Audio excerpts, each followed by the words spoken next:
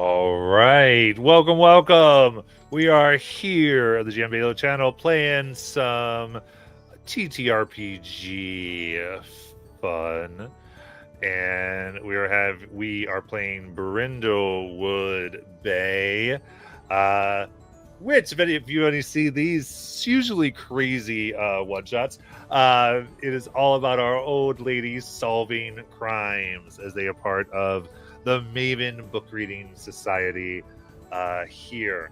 And we're going to get into our stuff right away. So, we'll get started as we see scenes of this New England town that we may have seen before, common sights, but today it's a little more common. It almost looks a little bit more modern than it usually does here, as there are tons of trucks with large antennas that reach to the sky because the Jolly Good Baking Show has come to Brindlewood Bay to televise the Great Brindlewood Bay Bake Off that is occurring, to which our mavens, having been good members of the community, are here to make sure that their baked goods, specifically their pies, are represented. And there's many others. And what they were trying to do right now, as we get the scene, is the television crews are still setting up a little bit, because they're not going to televise the whole thing, but they do want to televise the finals. And that is where our mavens and anyone else who would participate who get through this part will meet charming presenters and have their confections judged by the notoriously strict Paul and Jane in order to determine. Now, right here we see the opening round of pies. The mavens, among others, have them all put out, and the first person we come to is going to be Billy Dewthorn. Please describe your character and your pie. Sure. So I've got Billy Dewthorn, and she is a aging lady who tends to dress very well, and despite this being kind of like a community event, she's probably dressed a bit better than walking out amongst picnic tables and stuff like that. And she has a pie with her that is going to be a French silk pie, because she wanted to bring something as fancy as she could think to try to make, or at least sounded fancy. And I don't think she's terribly great at cooking, but we'll see how that goes. Okay. And then that would be Jackie. You get to say how you think the pie went.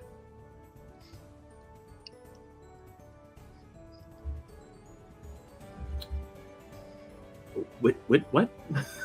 Jackie. So Billy described their pie, and you, as the player to their essentially left, get to describe how well it did, like how well the execution was, or bad. Oh, well, I didn't try it.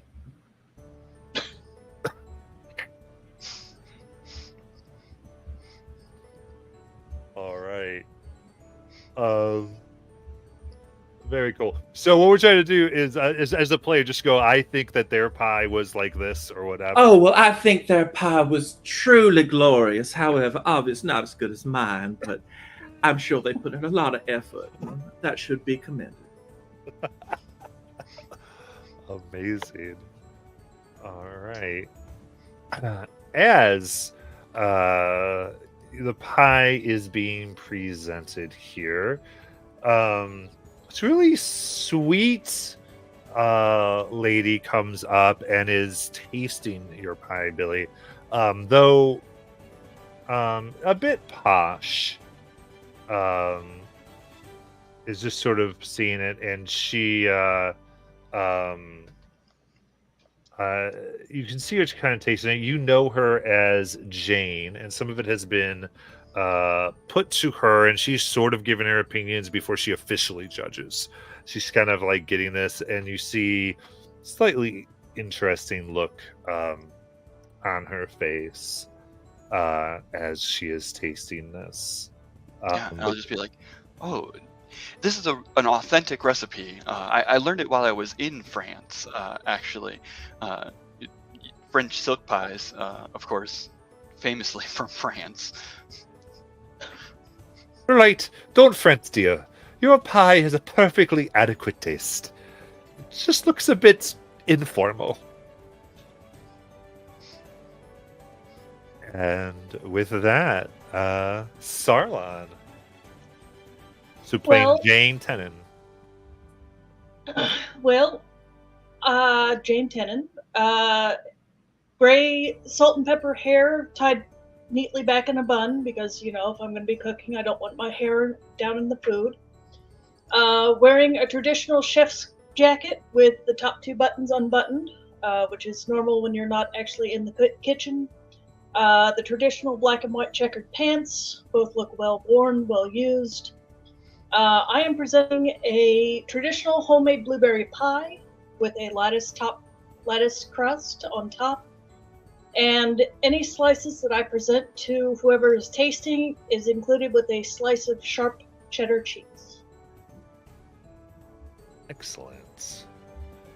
Then, Travis, you say if you feel like this was a triumph or not? Yeah, I think it's a standout pie in the competition, and I think blueberries are not in season as well as they should be. So like it's daring. They would be this time of year, that's why I specifically asked. Oh, Sorry. It's, I mean, It's you been a can bad say whatever harvest. you want, but traditionally this time Okay. of year they'd be at their peak. all right. I want to say, remember, as best as we can, let's try to yes and stuff as best we can. And we can Sorry. figure out. You're good. You're good. It's just a little bit of a thing. All right. And then, all right. With this, and because, of course, baking is kind of your cozy activity, need the other 2 players in addition to say what made this particularly amazing as well. Jane's blueberry pie with cheddar. I think that given Jane's prowess as a baker, she made everything from scratch, including the cheese from a cow that she has in her backyard. And so not only was it delicious, it was all fresh, organic, all homemade from scratch. She probably spent like 40 hours on it, which makes it just that much better.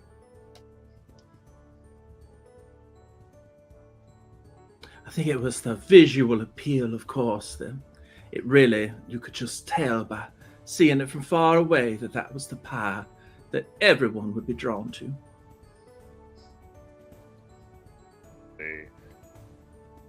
Next to Jane, we see another competitor here, and this is Sue Mellon. And you know her usually as a somewhat, you'd say, I'm so sorry. This is one of the presenters, one of the hosts here. This here is Sil Mellon. She comes over, gives you a really big hug, Jane, as you know her as a comedian, usually popular within the UK. And she was right. Good job on the Jolly Good Biking Show. You did good, but remember, you will not have as many rounds in the final. Let's go. And it's just trying to keep things very light. And then we'll go to Harmony. Okay, so you see Harmony. She's like a very tall, slim, older woman.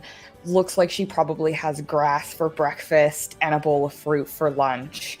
She's wearing clothes that are somewhat outdated at this time and well below her age.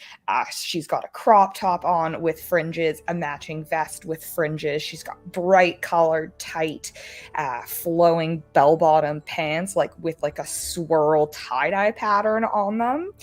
She's got long hair. It's got like beads in it, but there's also still some like flour and sugar left over from when she was baking, as well, like splotches of it like all over her clothes. Probably maybe her first time baking, or at least baking a pie.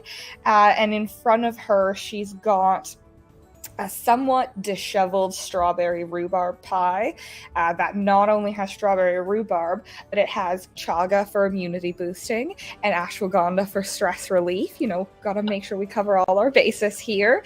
And it's not the prettiest. It's got an attempt at a lattice framework, but it's sort of like cracked and waving a little bit like she was doing it in a rush. Absolutely. And then that would be Solon. You get to say you think it was a triumph for how it went. I'll give points for creativity, but you forgot the sugar. Well, you know, I thought that the fruit would be sweet enough, you know? Not with rhubarb. Well, now I know for next time. The crust came out good. Thank you, I bought it at the store.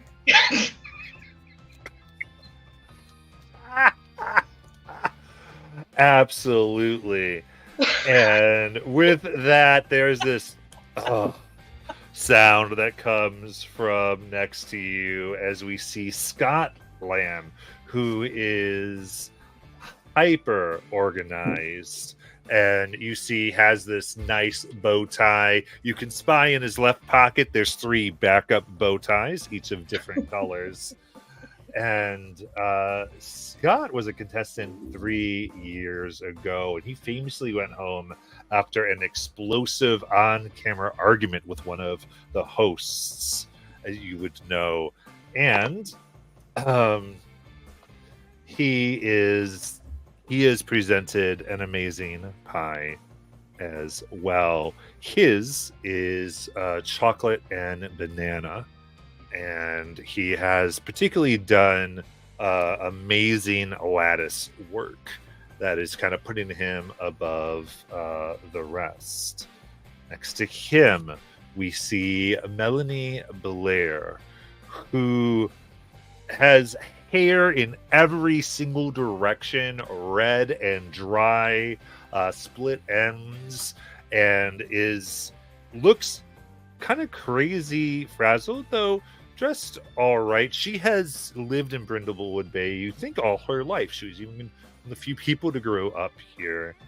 And she goes, all right. Here is my thing. And she's very intimidated by everybody judging and working around. And you can see the other host here, a man by the name of Paul, as he's kind of getting ready. He's not at all involved in this as far as the tasting, but they kind of share this little look as she kind of puts her head down when he looks towards her. We then see here the producer that's like, right, let's go. We got to get all this. We got to get the ones that can't cut it out of here so we can do what we actually came here to do. And he's briefly introduced himself as Heath. This is Heath Hendricks. You look, he is balding. Goes, right, let's go. He keeps waving his fingers around. And following him is a very handsome individual named Buck. He has this big camera on his back, and he's like, I've got to get the B-roll so we can see the successes and failures, man. Come on. He's getting down low to each of the pies, and here is getting close to Priscilla's pie. And so, what pie has Priscilla done?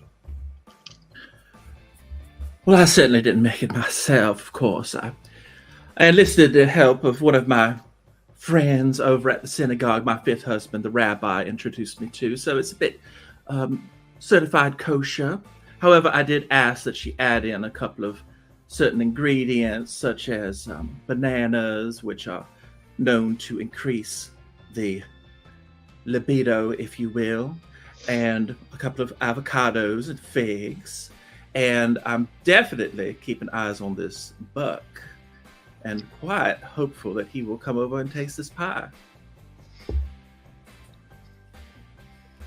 All right. So, Travis, how do you think this pie went? Would this be Anastasia's? I'm sorry. Yeah, you're right. I got a little confused here. I'm so sorry. This would be I Anastasia. had already doing it. judged her, like, You thought of a did. pie. Sorry, my brain got a little confused. Sorry, Anastasia. I think it does well. I don't think it's a standout. I don't think that there's anything really special about it because there was no, not like an expert baker doing this. This is just like your regular house mom, like you said that the rabbi introduced you to. But it's like, it's good, it's standard, it's a pie. As long as it gives me an in, that's all I care about. Right. At this, you see Keith Hendricks, the producer here, go, Buck, here, give me that camera. You taste that pie. Her eyes are going to be really hilarious. It shows some things. And looks like, yes, ma'am. May I have a taste of your pie? Oh, allow me. And she'll scoop up some and take it out in a little fork and hold her hand up to his chin and say, here, why don't you taste this pie? And realizing you're not going to let him have the fork, he just sort of goes over very red and awkwardly and just with his teeth, like, and Oh, you got a little something on you. Let me clean that off. he goes, and he puts his hand up to the camera going a little bit, because that's what his job is to do. And it trails off. And with that, the notices come in that, of course, Jane's pie has made it to the finals, making her an official contestant on the Jolly Good Baking Show. And though the rest of you are free to be here as part of the contestants and sort of the audience, as they're going to be having some fun with this show here. And with that, is there anything your characters would be doing as the next rounds are prepared? Congratulating Jane, obviously. Yeah, I think I'm gonna go up to Jane and just be like, oh dear, it's so wonderful that you got to be a finalist. I mean, winning doesn't matter, but I'm just really happy that you're happy. And like, if you could like teach me how to make one of those, that'd be pretty dope. Anytime. It's always fun to bake. It is. As you can see, it kind of got everywhere, and like my kitchen in my van is a different color now from the strawberries because the juice went everywhere, but it's cool. It's just like a new vibe. New vibes are always fun. I'm always looking. I've never made a rhubarb and strawberry pie myself, but I've tasted it many a time. Do you want to try mine? It's got chaga and ashwagandha, and it's going to be like totally chilling you out. Sure. Here you go. And she hands you the whole pie.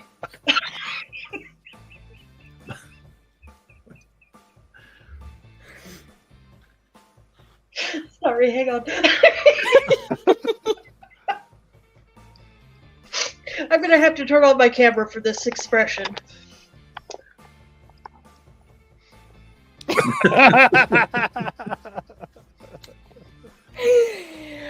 it's like With grace, she will take the pie and take a slice of it, and take a bite, and make the appropriate noises.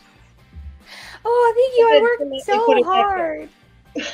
It's so nice. I'm gonna save this for later for you. And she packages it up, goes over to her van and grabs some like stained Tupperware and like puts it in stained Tupperware, cuts like half the pie and hands it to you. I'm too polite. I will, of course, graciously take it and put it aside for now. Amazing. Anything else? I will be waiting for instructions also on the next steps for the next round. I think Billy has wandered over to Priscilla, and I don't know if Priscilla is still following around Buck, but I probably catch on to that. But also, I'm interested in Buck more because he's the cameraman, and I'm interested in trying to be the person who's like stealing the attention, even though the pie didn't work out and I don't get to be part of the contest anymore. Amazing. Any reaction from Priscilla? Depends on what specifically Billy's doing. Oh, I would probably come over, and if you're still following Buck around, I'd probably be like, "Oh, you need to introduce me to your new friend." Oh, him? Well, I'll tell you what. I plan to be done with him by this afternoon. And if you'd like to be introduced, I'd be happy to do so. Why don't you just give me an hour or two?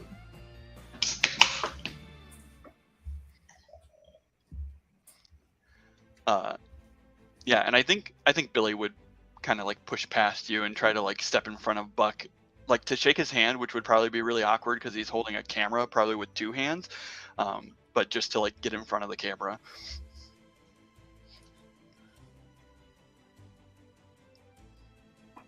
Yeah, it goes. He's like, "Oh, hello, yep," and he sort of turns the camera off. Yeah, very good. And all this is moving, and you see coming in is a person you know as Timothy Boosh, who's one of the presenters here, one of the hosts, if you will. He is a weirdly large man, and with extreme goth makeup. Kind of come a little bit. And he goes, "Hey, let's not get all that flour before the sugar, huh? Let's keep this moving." And you can tell he's a little awkward about trying to do whatever he's attempting to do. He's like, "Let's just keep moving here," and he kind of leads him away for a little bit. Right as all this is, of course, going on, as he's moving, as every maven's attempting to get their pies in order or get their afternoon dance card filled or get on the cameras, there is a scream that looking quickly, you see from a short tent here. And you see that in the backing of here, you see coming covered in blood is this woman who looks is like a bottle blonde leopard print dress, absolute piles of makeup. On top of her makeup is blood. As she's screaming, she goes, "It's Paul!" Screaming about the host. What would y'all like to do? Go run and check and see what's happening.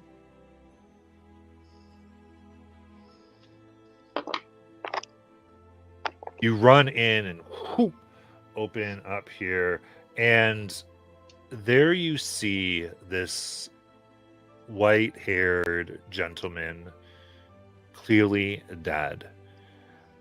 You know him as Paul Riviera. This is the headlining judge of the show. And there he is, dead in his tent. His face is covered with flour. His hands are tied behind his back with this beautifully plaited nylon cords. Where's the blood coming from? If she was covered in blood and ran out, where's the blood coming from? The blood itself, you see, is as if he coughed it up. Ooh. Okay. I'm going to back out and look for somebody of authority, or well, see who. Is there anything else in the tent? In the tent right now is any other maven here rushed into to check this out? No, I'm staying outside. I'm gonna go directly to the woman that was screaming and try to comfort her and kind of ask her what was going on. Okay, got her hand there. Very cool. With the other two? Yeah, I'd run over there, but I wasn't going to be the first one to like dive into the tent. I was kind of be watching around the outside. Yep. Very cool. And then where's Priscilla? Priscilla would enlist Mr. Buck as soon as she hears it and say, well, I do believe this could be your big break, Mr. Buck. It appears we have a bit of a mystery on our hands. Right. You're right. I gotta get footage there. And he's kind of scrambling. He said, can you hold this battery pack? Oh, you've got it. Now, just make sure I look good in the shot, of course. What? Wait, what?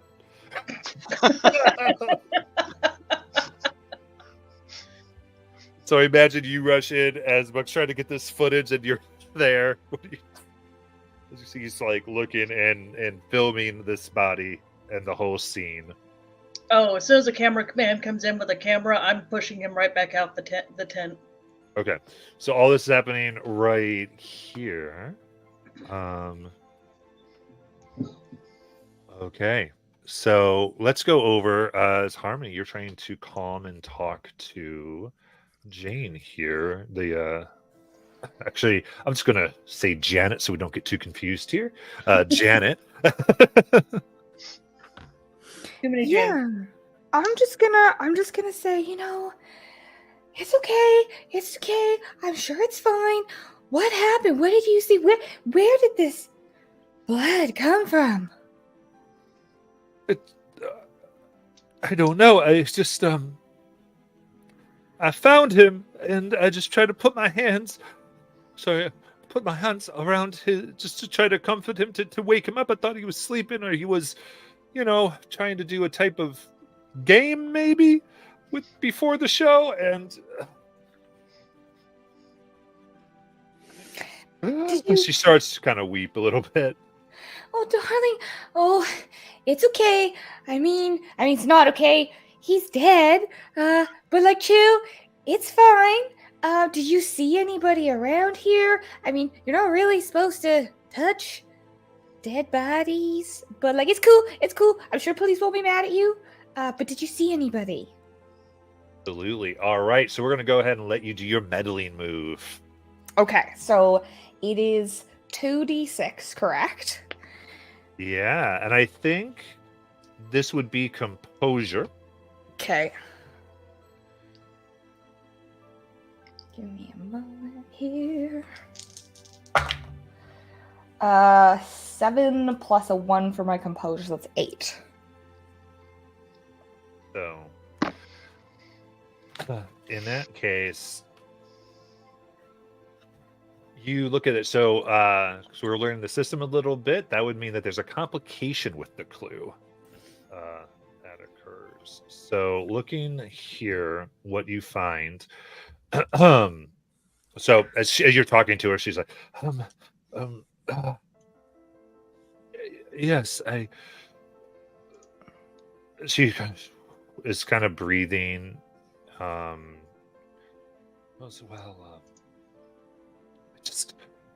was trying to get to him because, well, You know, he'd been trying to leave the show, and he was stressed out because of something that, that awful Heath was attempting to put him on, saying that he didn't sign up for 3 years, but rather 30. But he swears the contract had been changed.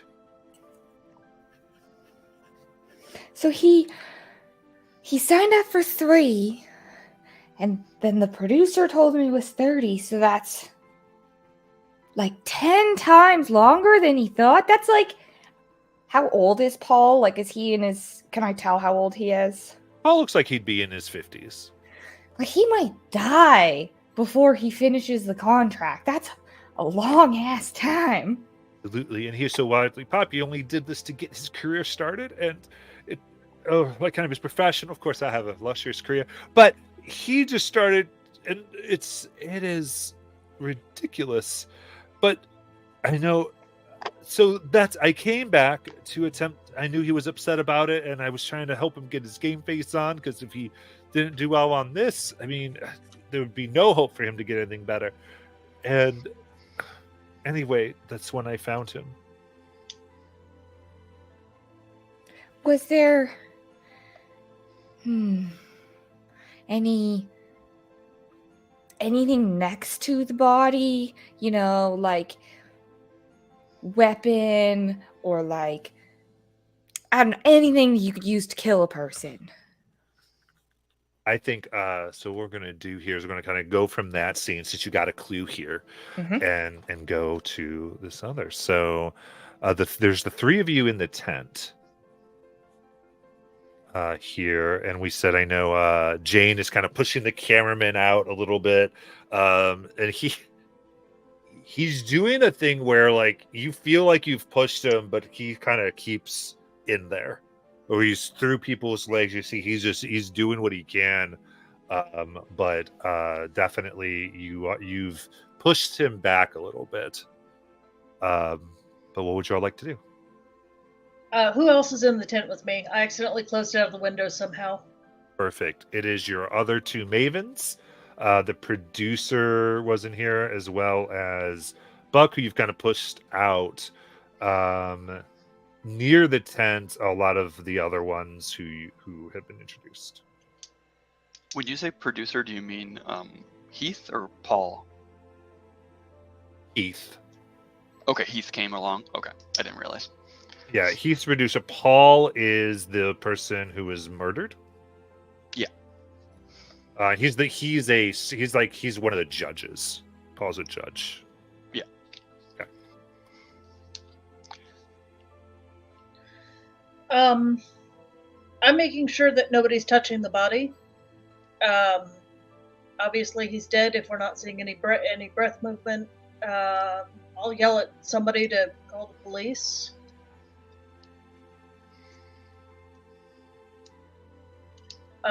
And then I'm gonna inspect the body without touching it. Like, I want to look at the knots that are holding the hands. Absolutely.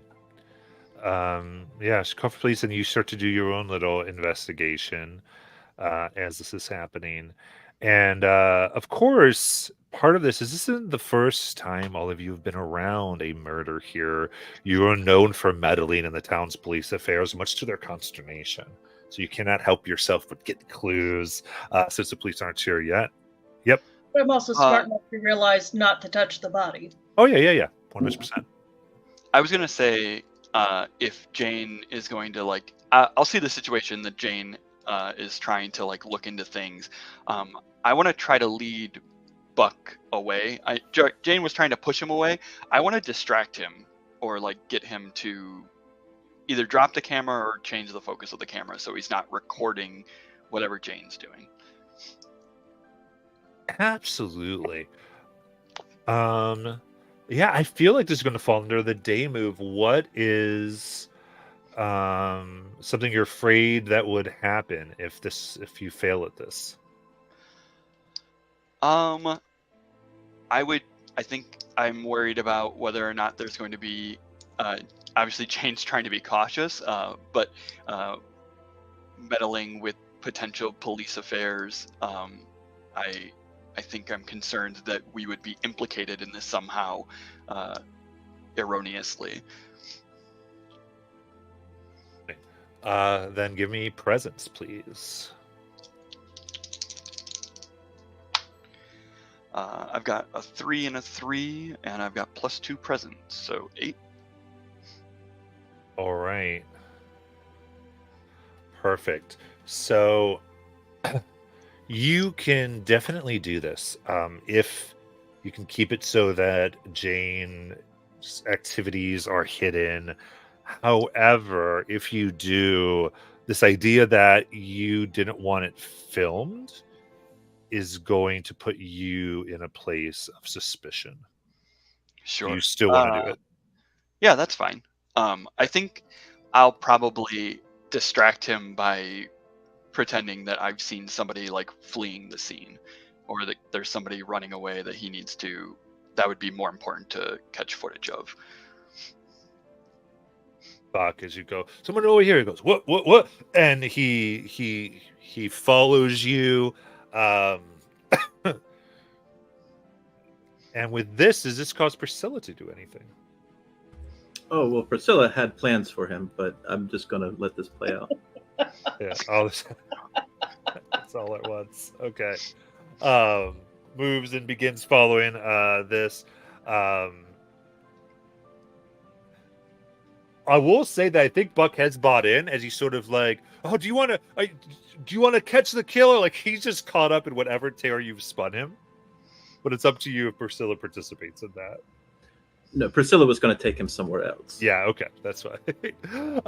Very cool. And then in that case, we'll come back to Jane. Well, hold on. I haven't done anything. Okay.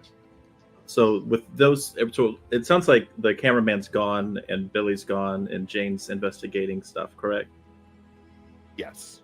Okay, so Priscilla will leave here. She's going to look for somebody else to talk to. Okay.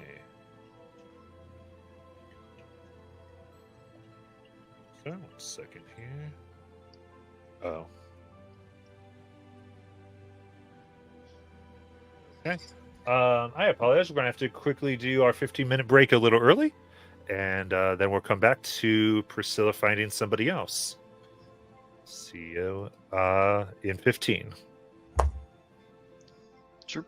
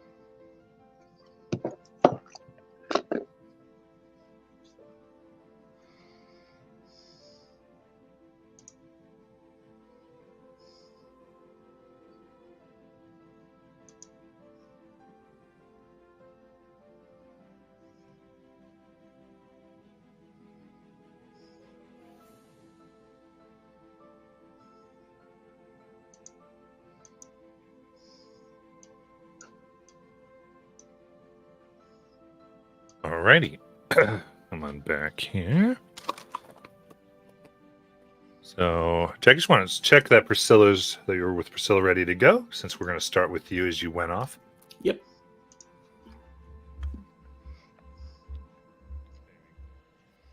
So, coming out,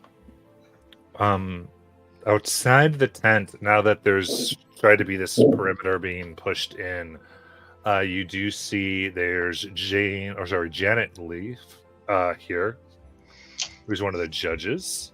And then Sue and Timothy, as far as some of the presenters, and of course Scott, one of the contestants that you immediately see. Because you were thinking of talking to somebody, you said. Any you want to approach? Who is Scott? He was another contestant. He had many bow ties. And was arguing with judges previous. Was arguing with the judges, yeah. Describe Scott. Okay. Heavily organized. And he has several bow ties. You would, given your sense, would know that he, in particular, he prefers men over women, and has had his shot. Just is very well put together. Describe Sue and Timothy. You got it. Sue, big hugger, comedian from the UK, and wears like large multicolored shirts. And Timothy is in his 40s, but makes jokes, is another presenter, and has a goth appearance on the show.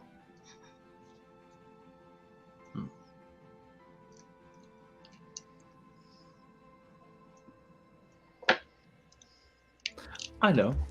Let me use my I have that list of bachelors, right? Can I use it to compare who is here? Which basically gives me points of contact. Gotcha. So you're trying to find a bachelor who is here? Mm-hmm. Preferably someone who is in the bake-off. Absolutely. I think looking through all of that, you do see Frederick, who kind of like you, has had many a spouse who has either has gone one way or the other, and is overtly wealthy, and pretty sure he had his pie made for him as well, just so he could be here. Wants to be where there's people and where he can participate. And is he still in the competition? He did not make it to the finals, but he is here. Were you looking for someone who was in the competition and Yes. who had made it through? Okay. Well, I mean, it doesn't really matter now that I think about it, because they might have the information I need either way. Okay. So then I would say, like, you just didn't get through to the finals. Okay. All right, so I'll go up to Frederick. Oh. Well, my glory day, Priscilla, what a mighty fine surprise to find you here. Why wouldn't you expect me to be at a great bake show thing? Oh. I just mean I am pleased to see you anytime I can. Well, I am actually very pleased to see you, especially as I've noticed that you were also competing. You brought your own pie. Well, own is probably a stretch too far, but yes, indeed. Did you make it yourself? Oh, of course not. Why would I show myself with that? Exactly. I appreciate that honesty, and that's actually what I came to you about. Now, I've been eyeing a couple of the contestants around here, particularly this Scott fellow. Yes. Did you happen to see Mr. Paul sampling Scott's pie?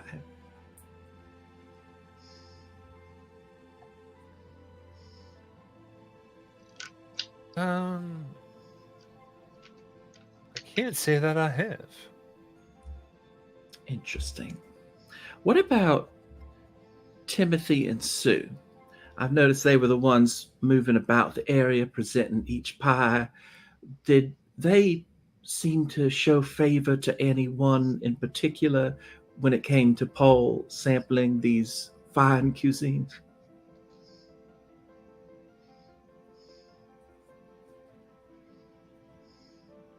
Go ahead and give me a meddling. Okay. Presence, I believe, for you. Awesome. Oh yeah, that's a 12. So, kind of thinks, and you see his mind's reeling, trying to uncover something for his beloved Priscilla here. Well, I have to say, I found I don't know if this is exactly what you're referring to, but I do have. And he goes, back in the. I couldn't see who it was specifically, but I had gone to make my, acquaintances with mostly Jane, but some of the other presenters as they were. But, as I went to follow a few of them back after a few minutes, so it didn't look like I was a creeper, I heard a noise as I walked into the back tent, and I saw, a bacon sheet, which you might find, but as I looked closer, and I was hoping to maybe find a secret in case for some reason I made it through, it had rat poison on it. Rat poison? And you say that Sue saw the rat poison? I don't know. I know they would have gone past the same tent or into that tent. Which tent was it? Oh, that was their. And he points out there's this tent that's like a kind of precursor to the private tents. From it is Paul's tent and the other hosts. Okay, so he just said that Sue, in particular, would have been in the tent, or at least gone by it. Yeah. Basically, he at least saw Sue and Timothy go through. Okay, Sue and Timothy. All right. Well, one last question. These tents, are they soundproof? I want to know. Would you like to find out? It's a I thought you'd never ask. Fade to black feature, please. Absolutely. Back to, I think. All right, so we have this. We have Jane, who was investigating the body, yes? Yep. Absolutely. Give me a meddling.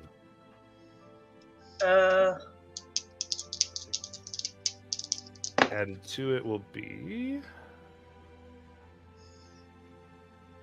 Think reason here. That's a 6 and a 1 for a 7, and a +1 for reason, so 8. Very nice. Looking here, I'm interested in the knots and the type of cord that's being bound by the hands are being bound by.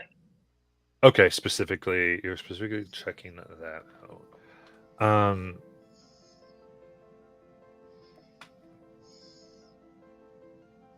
Within the knot, you see what looks like there's this pink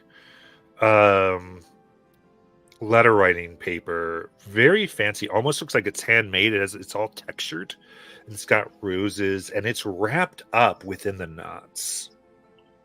What kind of cord is it? Or what's binding his hands specifically? Absolutely.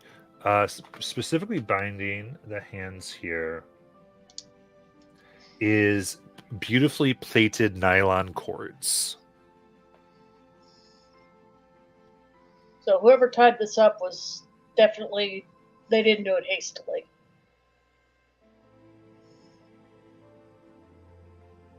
That could be something you get. In other words, somebody took the time to tie up his hands. It wasn't just a, hasty wrap around and tie a knot. All of that you get to decide, is what I'm trying to say. You could definitely make that conclusion in this game. Are the feet bound too, or is he? You said he was in a kneeling position.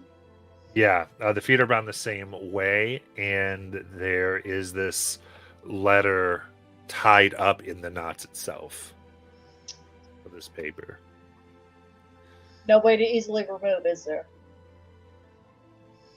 That is the No. problem with. That's the problem with it.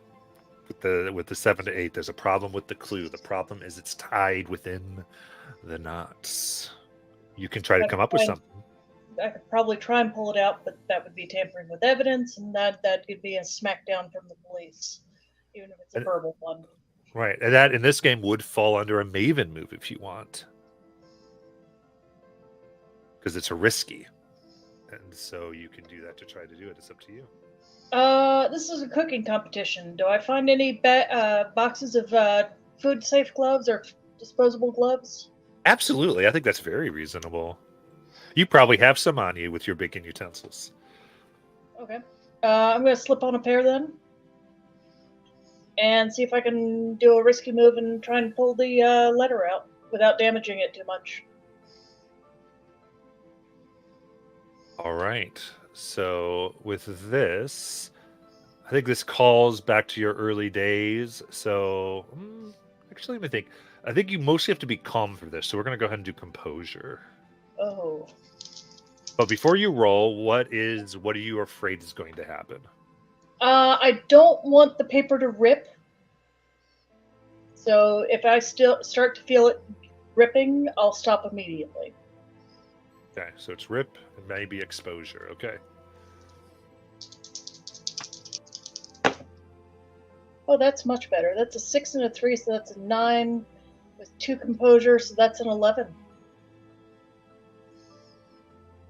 All right. So you get to describe what it looks like for you to succeed.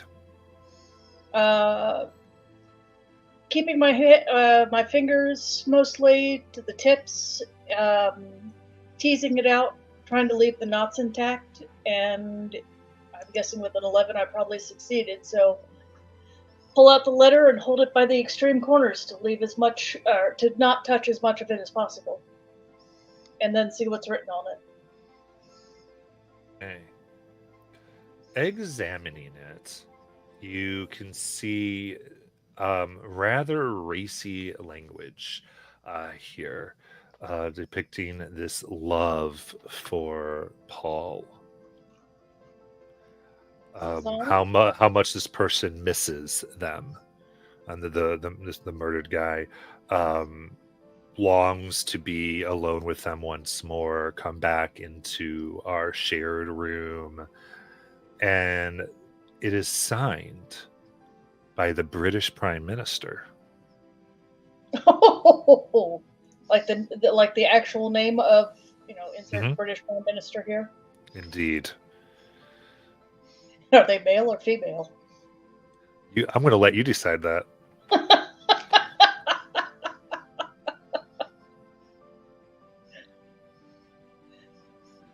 Goodness gracious. Well, I'm going to blush like a schoolgirl and look for any kind of Ziploc bag to put this in. Yeah, I think that's fair enough. I think you try to preserve it the best you can. Well, what if it's one of the piping bags? One of the what? A piping bag? Still didn't quite hear that, sorry. Sorry, a piping bag, like for frosting? Oh no, wouldn't dare that. That's too That's too triangular. Looking for something square. Okay. Yeah, you can probably use a Ziploc bag. That's fine. Okay. Not gonna hide it. I'm gonna leave it for the police.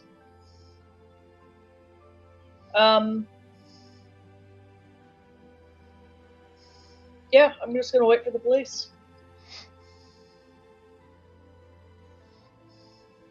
Waiting I'm not for... gonna show it to. I'm not gonna show the letter to anyone else. Like blatantly say, "Hey guys, look what I found." Right. Very cool. And as we're in the second, so I guess this would be the last thing before we would think police might arrive here. So anything anybody would like to do? Yeah, I would like to look around and see if you had described a woman named Melanie that had shared a look with Paul while he was kind of walking through all the competitors. I want to see if I see her. Absolutely. So this is Melanie Belair. She has moved herself to a baking station and is hyper organizing, like as if things are still going to continue.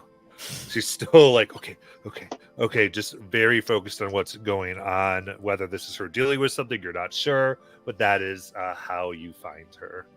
Okay. And are any of my mavens around me right now? Like, I know Jane is in the tent, but sorry, I lost track of where Billy and Priscilla went.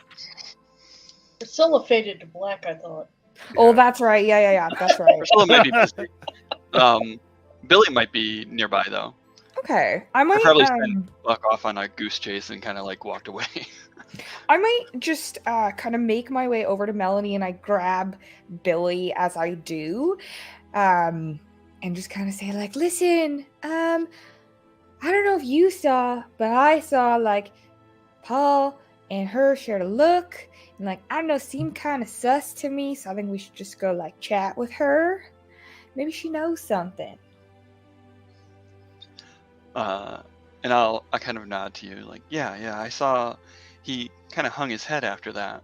But I don't really know what that was.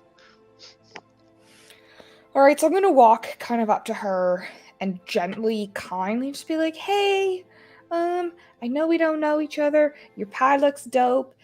Just wondering if you're okay. You seem a little too normal in this instance. And like, Paul just died, and I just want to check in on you. Yeah, it's just right. I just want to make I'm. She kind of catches her breath. I'm just nervous. I don't know. You're new here to the town, right? Yeah, I'm just passing through. Checking in with my girlfriends here. This is Billy. I'm Harmony. I just, you look a little worse for wear, and I just wanted to help you out. And she pulls out, she's had the rest of her pie under her arm this whole time, and she hands it out to her. She's like, I know it's not the prettiest pie, but it's got some ashwagandha in there. Should maybe kind of help you de-stress a little if you have a couple bites. We can just chill. And as she does that, she maybe just like pulls her hands and try to get her to sit on the ground with her and like just calm her. Yeah, she goes for it. She sits. She goes, oh, thank you. My family had a little bit of history with Paul, and I guess I'm just worried that people might think that I had something. But I love Paul. I love the baking show. I love everything. I'm just so honored to be here. She takes a thing of pie. That's all. Was she one of the people who made it to the finals? Yes. Okay. What kind of history did you have? My parents owned the bakery shop here in Brindlewood Bay, and they went out of business because of Paul opened his chain shop here. Oh.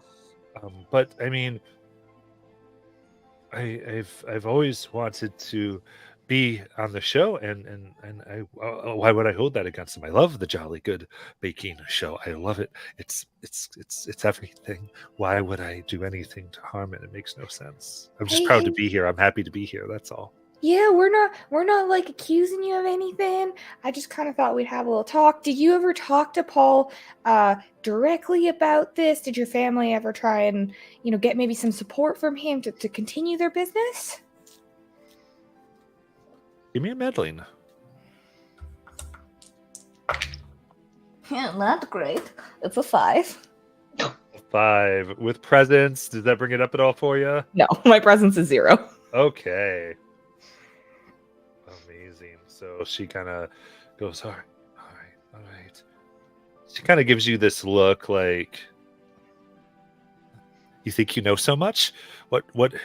You're asking these questions. Are you police? Are you the cops? Are you harassing? She gets very upset and gets up as she's like, and in like this fit of rage of being of all of this, she grabs this heavy rolling pin and just smacks Harmony across the face. Just get away from me! Accusing us. What? We didn't try hard enough? We didn't try hard enough to let ourselves be taken over? She throws it down. And there's an impairment because of this. You could decide what Harmony's issue is. Oh, you're muted. Sorry, I'm going to decide with kind of like her elderly state, the blow to the side of the head. I mean, obviously, just even at my age, it would be not comfortable. So I'm going to assume that she's kind of like dizzy and can't walk straight for the next little bit, and maybe even has a hard time forming kind of coherent sentences and is like a little befuddled. Absolutely. I like it. What else would you like to do? I just turned to Billy and I'm like, oh, well, that girl, she clocked me. She clocked me real good. I think... No, I'll probably be dragging Harmony away at this point. Or like helping her stand. Okay. Getting away from Melanie, who maybe is crazy. Yeah, just to remind you, if you want, you can put on a crown and get this to be a success with a complication, now that you've seen what happens. But it's up to you. You know what? Let's do it. Just for flavor. So you choose a crown, do what it says, and then...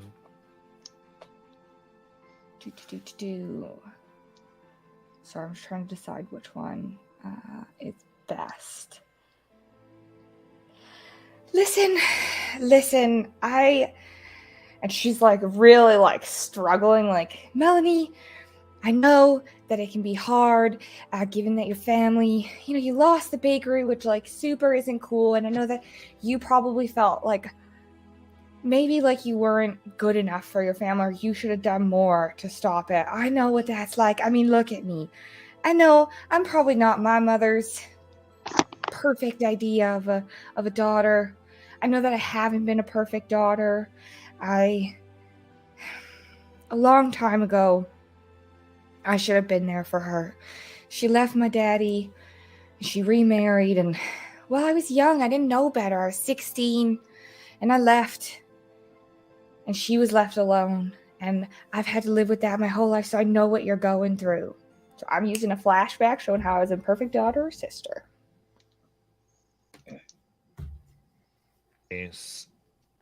She rewind, the hit does not happen, and she goes, I know, it is really rough.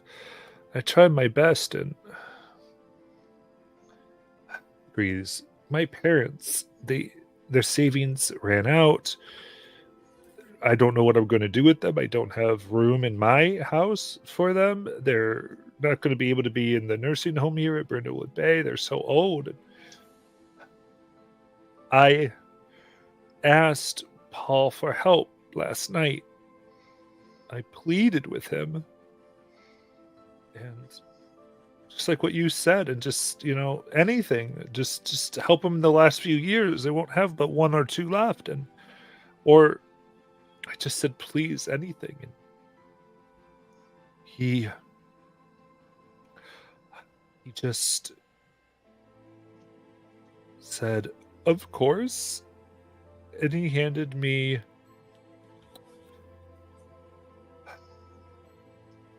a coupon for a free pie at his store. Oh, Smiled and walked away. awful. Awful. I know that it's not much. You say that your parents need a place to live, and it's probably not ideal for you, but I've got my van. Your parents can move into my van, or, you can move into my van, and your parents can move into your house. I could stay here with one of my girlfriends. And I look to Billy like... Yeah, And- I'll nod along. Yeah, and I'm offering my van for her. He had a weak smile. She goes, you really have a good heart. And she takes both your hands. Thank you so much. You're welcome. Any way that us little group can be of help, just let us know.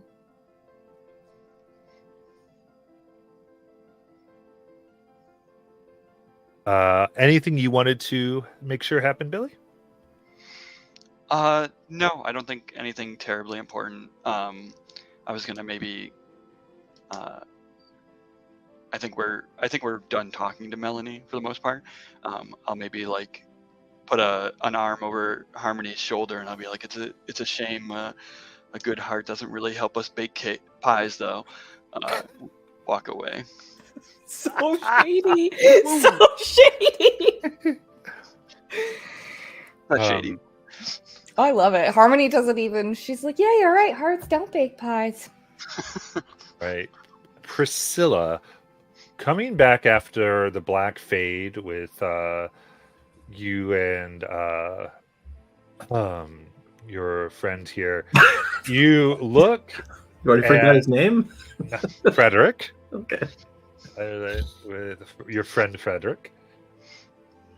As you had found this tent very quickly, and nobody had gone in their tents. After your fun, you see something you were sure was not there before. Okay.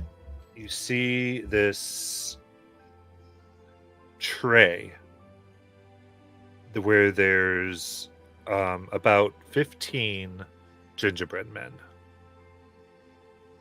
Each one is engaged in a lurid act. 3 of the positions resemble what you and Frederick have done. And they're sitting there. Fantastic. Is there a recipe with these? I would love if Jane could make these for a party soon. You look, there's no recipe. They're just there. Okay. Frederick, I have no idea how those got there. So I'll pick them up. Do they smell or feel weird like compared to gingerbread men?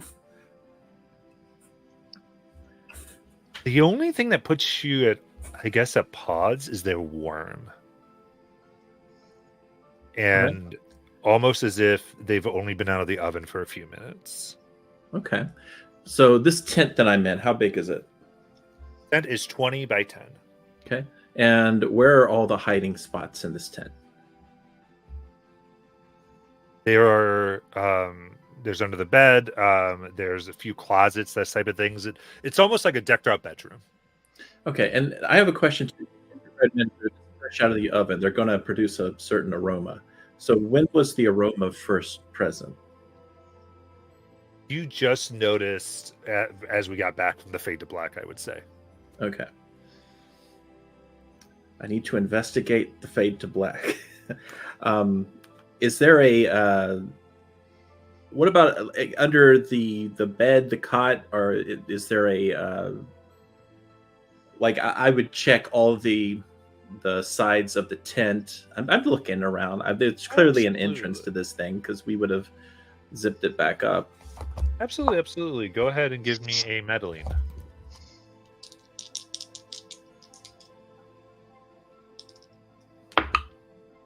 What's the thing on it? Yeah, this is going to be reason. Okay.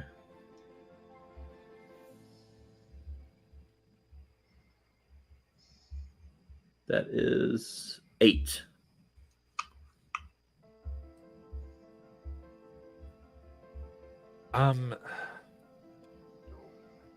You look high and low, moving. You don't find anything where someone could be. The tent's very secured.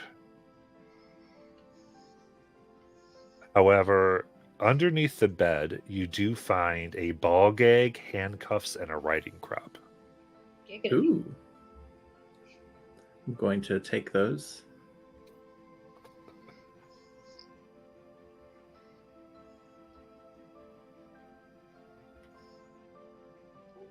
All right. All right. And I will go ahead and leave the tent. Do I see Harmony and Billy? I think you do. And I will say with that, the only complication will come with that is if you present those as evidence any authority, it will come out what you were doing with Frederick. Well, I hope so. Yeah, that's fine, but that's a complication. Your character wants to deal with that. I would say, I think Harmony and Billy definitely are visible. Okay. I think Jane is waiting, but I believe Jane is visible inside the tent. Unless, Jane, you believe something else. Anyone could correct me on this. No, I'm waiting near the body, trying to help keep people out. So that would be the only time I'd move out away from the tent, but not far.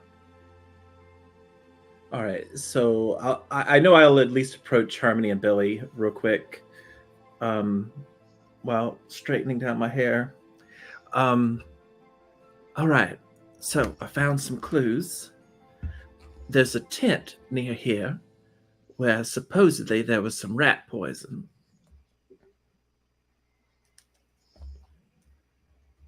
Just rat poison laying about. I mean, we're outside. There's probably for pest control, it's probably rat poison. But do you mean somebody was putting it in food?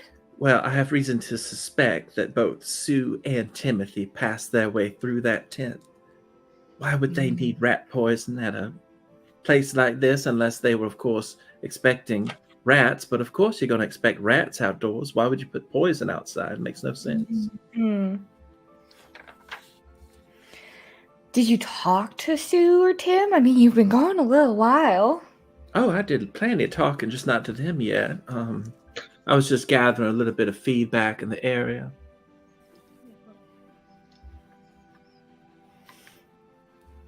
Should we go talk to Sue and Tim? I mean, do I see them around still?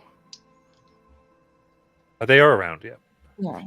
Well, why don't we go grab Jane, Mm-hmm. and then we can go approach, because in case she's found out something, we can approach this.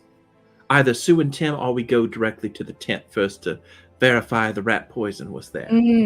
That's a good idea, yeah. We don't want to be accusing anybody without evidence. Oh, also, aren't these the cutest little things? She'll take out one of those lewd gingerbread men. And I'm gonna take one and turn it upside down. I'm not quite sure. Yeah, Didn't leave enough space on the sheet. Is that even anatomically possible? Amazing. All right. Then I think based on, I believe, Jane's character here, at this point, Deputy Dooley arrives. This one... Now, Deputy Dooley has been appointed yesterday, literally. And you all know this. It was really, everyone's real happy for him. He is 19, and he is coming all right, everyone. The police are here. Calm. down, and please move. Let's get away from the body, please. And he's really, really nervous, and he has his badge, and some people are rolling their eyes, especially locals, but he's clearing the tent. It's kind of what he begins to do, and all of you can interact. The first one he probably goes to is where Jane is. He really makes his beeline, but what'd you like to do? I'm not going to move until I point out a few things to him. Like the knots don't seem. These were definitely professionally done knots, if you catch my drift. And then I'll show him the note that I found that was entangled in the knots. Oh. Takes out a card. Mark evidence. Right. Okay. So I'm going to. Yep. And begins to just nods and goes, "Thank you for your help. I will keep this secure. The sheriff has been notified, but he's out on his boat. He'll be here in a few hours."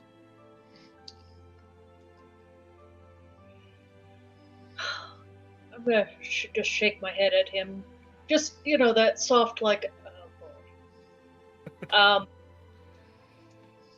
I will blatantly show him my hands that I was wearing gloves, and then strip them off and find a trash can to put them in, and then leave the tent.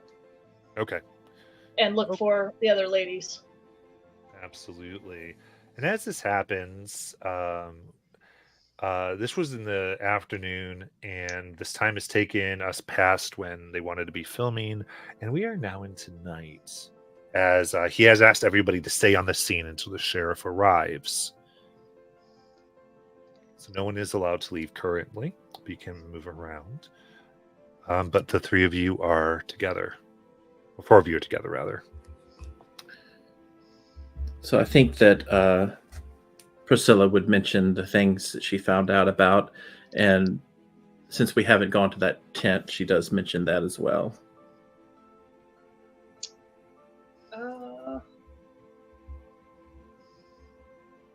You mentioned rat poison, right?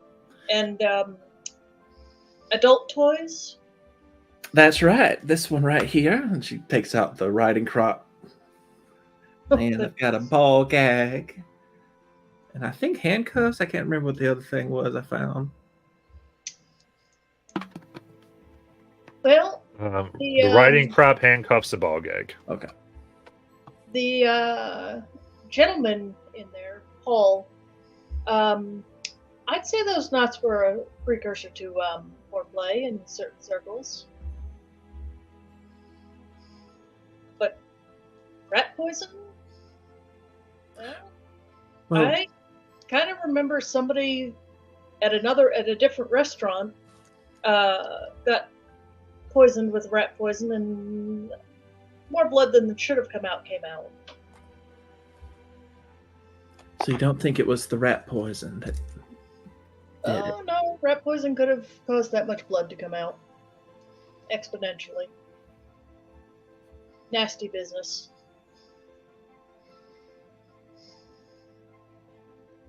Perhaps if we have a sample of the...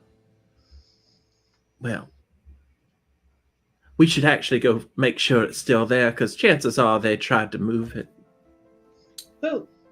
The one who did it? Of course. The only people I know for a fact might have seen it are Sue and Tim. Well, if we're going to touch anything, at least put on these. And I hand her another pair of disposable gloves. Different pair of disposable gloves. Oh, that's all right. I brought my own. She'll take out of her wardrobe feature her long silk gloves. Those leave... No. Put on these. I'm quite comfortable. Do we want an incident like the last time we helped? I hope so. All right. You mean solved? Well, yes, but Officer Gober back there is still lacking in the brain cells department. Well, that's what we're here for. I don't think he would know the difference between a slip knot and a fisherman's knot if you put it in front of him. I mean, I don't know the difference of that either. My ex-husband, my deceased husband, second husband, God rest his soul, was a fisherman. He taught me all the knots, especially the ones in bed. These are the dirtiest old ladies. I'm also going to use this. Not dead. True.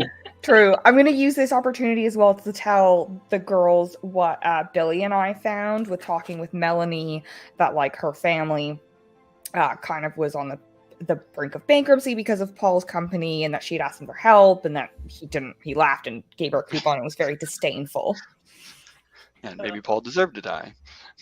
I mean, I wouldn't go that far, but he sounds like a dick. His karma, man. It's just not aligning. I mean, karma's a bitch, but like, I don't know if he deserved to die for that. Maybe just like he should be poor and they should have money, but maybe she killed him for insurance. But It's not a bad idea. But if she's not the beneficiary, then what's the point of killing him for insurance? Well, I don't know how insurance works. Listen, it was just an idea. All right, I will let you know. There are some locations here, if you are interested. There's Jane, Sue's, and Timothy's trailers, or they're basically the tent they're staying in, and then there is the judge's tent. Did we see anybody inside the judge's tent? No, everyone's really in this main room now.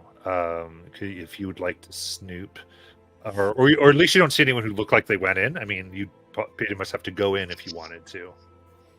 Totally understand, but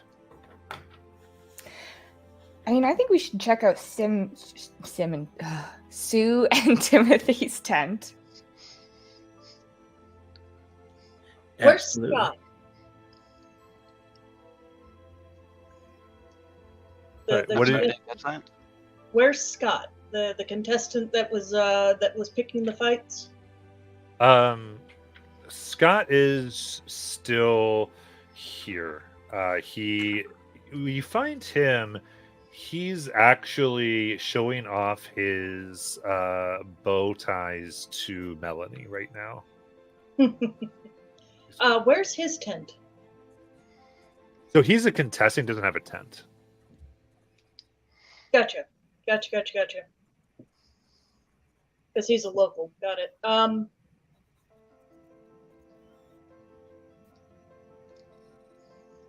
Janet, where did she wander off to?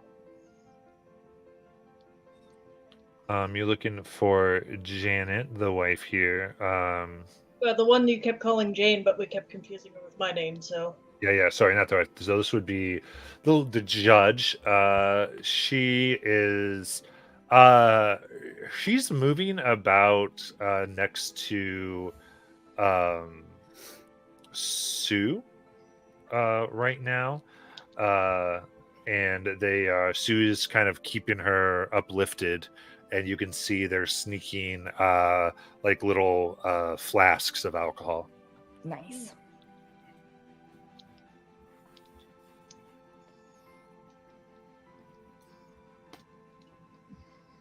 I'm going to wander over and kind of eavesdrop and then find a way to work myself in and by asking for a sip of whatever they're drinking.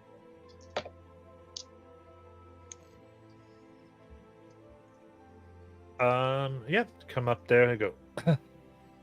And I think Jane looks like, oh, let's see. Oh, yes, magnificent blueberry cheddar. I'm so glad. I'm sorry that it's a shame they keep having all of you stay here. It's ridiculous. After all, I mean, there can't be a show without poor Paul. What do you think of Paul?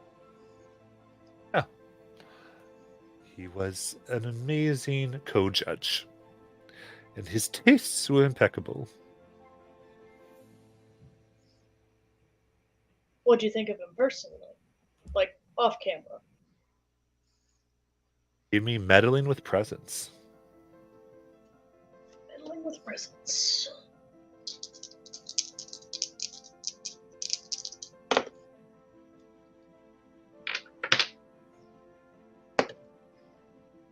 That's an 8 total. Well, let's just say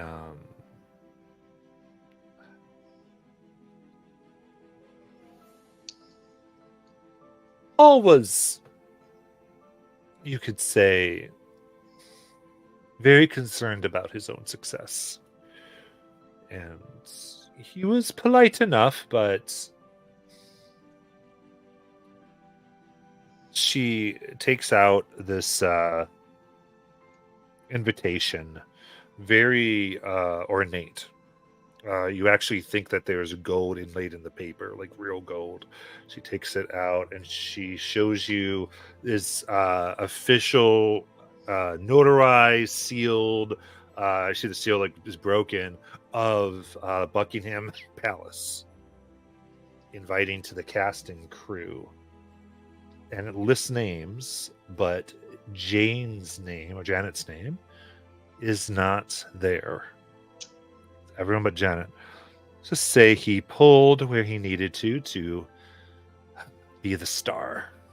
And she folds it up and puts it back in her pocket.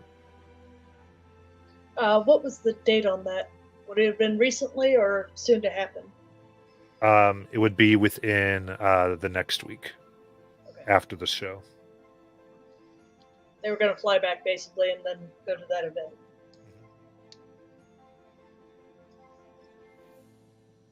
Any idea why Janet wouldn't have been invited? Because I'm talking with Sue, right? You're talking with Sue and Janet. They're both right here. Oh. Janet's the one who's been talking to you. Sorry. So why wouldn't you have been invited? I'm certain I don't know. Other than just his own quest for fame and to be the star. When we're co-stars, it's in the name.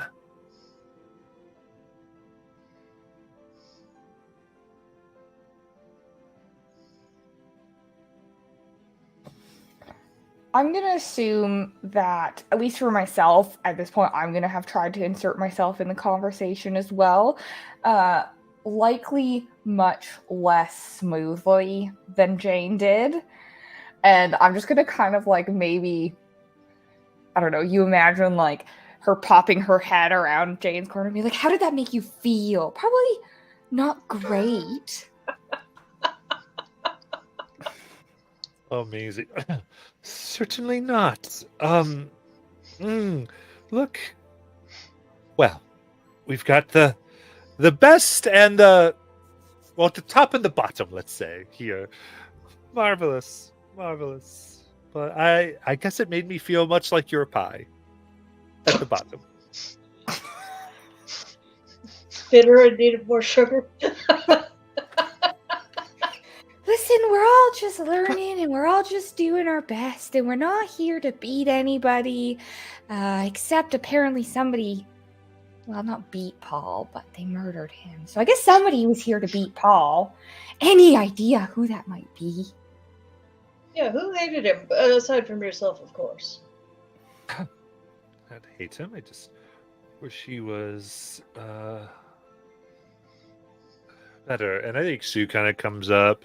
Sue goes, listen, there's plenty of beating each other off in this entire show. We don't need to talk about this right now. Trying to make a joke, attempting to make things lighter. And she just goes, listen, no one has any reason to hate him, but Paul, whether by merit or by theft or libel or slander or just going on, it goes, sorry, sneakiness maybe is the breakout star of the show. So maybe we all have a little natural for us to all have a little bit of maybe even jealousy towards him.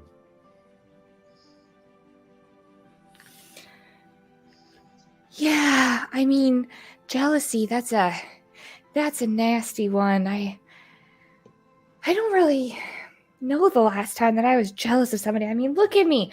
It's pretty dope being me, but it can lead us to do some Dope indeed.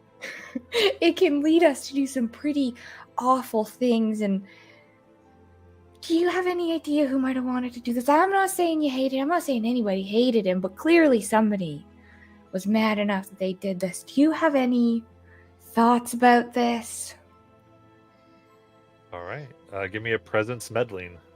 Can I use, I don't know if I'm using this right, but can I use my Maven move for the Columbo that, like, because I'm so airy-fairy, like, she doesn't really take me seriously?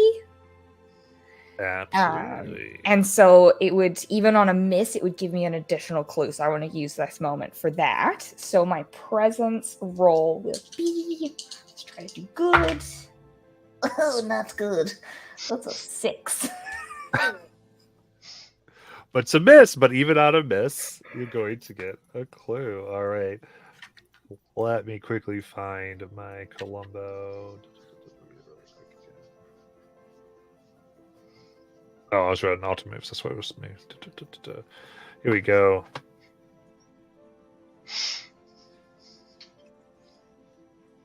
Okay, perfect. So she looks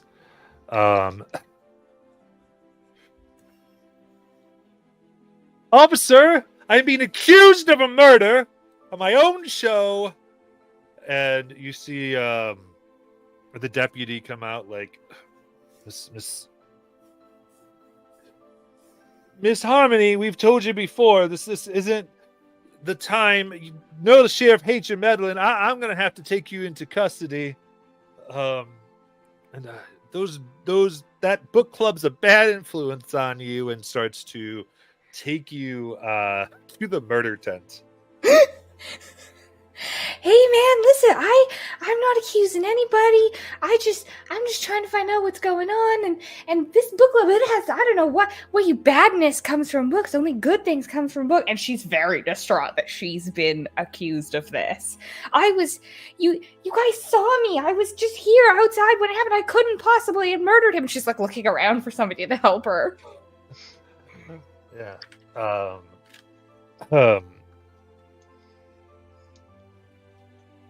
As she continues, she goes right, like just, and she throws her purse down, clearly making a show of this, and going, "Oh my!" like as if you physically harmed her by this accusation. She's fainting and all these things, and she drops her purse. And when she does, Harmony, you can see within it that there are shattered pieces of glass. And the way that they fell, you see a double T, there's a BR, and that this is a shattered Britty Award that she has hidden in her purse. What is that award? B for television. Okay. How far away is the dropped purse from me? You can tell me what you want to do, because in my mind it was like dropped and you're being taken away at the same time.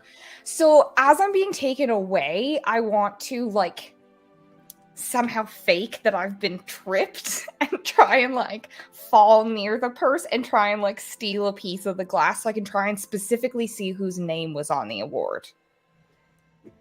This is definitively a Night Maven move. What would she be afraid of what will happen? Oh, a lot. I mean, obviously, if Sue sees her going into her purse, like she genuinely wasn't trying to accuse Sue at the time, but now she's like, well, fuck, if I try and like, if this goes wrong, she's really gonna think that I'm being accused. And then she's also afraid that the cop will see it and just not only arrest her for murder that she didn't commit, but now for thievery, which would be very provable. So, two things there. Okay, you got it. And This has to go on your vitality. What is my vitality? I think it's a 0. Yes. Okay. I'm gonna roll the dice one at a time. A 3 and a 5, so an 8 plus 0. Okay. Then absolutely, you hit down here, and you can see the person. Some of the construction makes you get that. You can see very clearly that there's only one name on here, and that is the name of Paul here, who got it. However, you can also see, because you've been around, you've worked in a lot of different places, you've etched your fair share of glass. It's very well done, but to your eye, you see that a name was taken off of it. Probably before it was given. Because it was done so well. But this would have been by, like, the trophy company itself. Okay.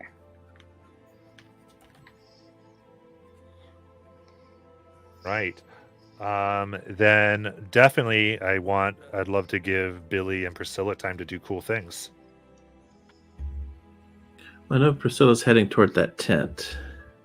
Right. I don't know if Billy's coming or... Yeah, I'll go with Priscilla. And depending on how things go, I was going to suggest maybe we should talk to Heath, the producer. Okay. Those are two good things to go through. So this was the judge's tent, I believe. So you move in. This tent is very interesting. You can see that you're not quite alone here. But you didn't realize before that there's just tons of, like, where the stage hands, the people do the production. Even in this moment, they're still sort of practiced at being out of sight. This is sort of where they are. You can see they would be just out of where the framing would be here. And ultimately, there's a backdrop that you can see likely was meant to show Brindlewood Bay, but it's actually Martha's Vineyard that's pictured, as though they totally messed it up. And there's red, white, and blue bunting everywhere. And ultimately, this is normally decorated to look like a quaint cottage somewhere in the English countryside with the show, but it's been given this American flair for the special episode. So as you both move in, just tell me what sort of American gauze or things do you see?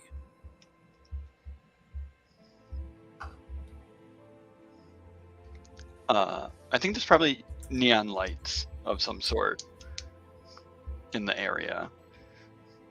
Fantastic. What do they spell out? Well, it's the title of the show, of course. Making show neon, okay. But maybe there's a few like adjective words that would be like backdrops for the setting. Things that would maybe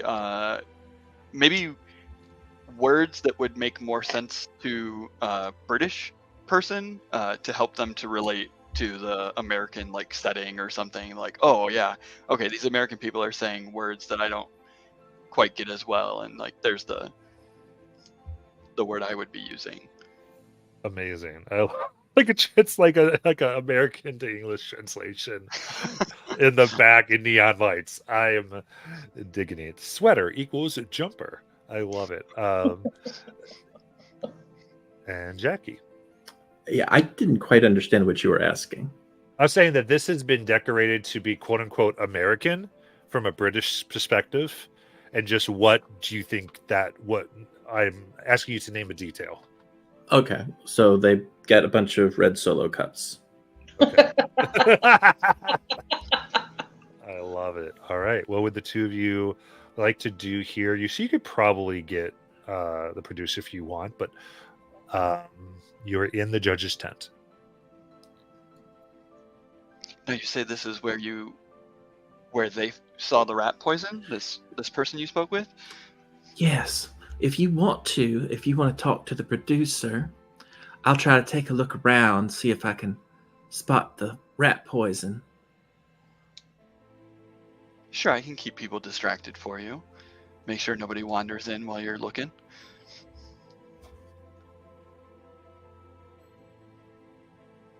So then let's let Billy, you can approach Heath here. Yeah, I assume Heath is not in a terrible state at the moment, but neither are we. And I'll come up to him with condolences, like, "Oh, it's a real shame about Paul. Like, you really wouldn't expect something like that in a nice town like this." Oh, so someone get murdered in America. No, I'd expect that, actually. Of course it happens here. This is ridiculous. I mean, come on. Did we all daydream about him being dead? Of course we daydreamed about him being dead. Absolutely. But come on, would any of us who work on the show kill him? Especially me? No way. Paul Riviera may be a pompous, arrogant ass, but he's our pompous, arrogant ass. It's true. He was shoots down quite some wine. Quite a well-known figure.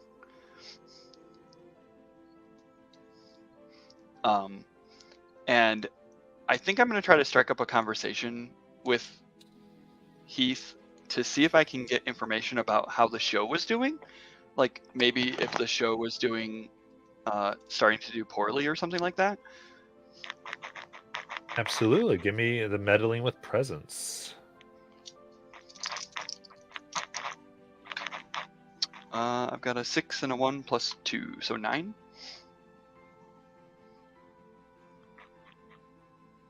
With 9.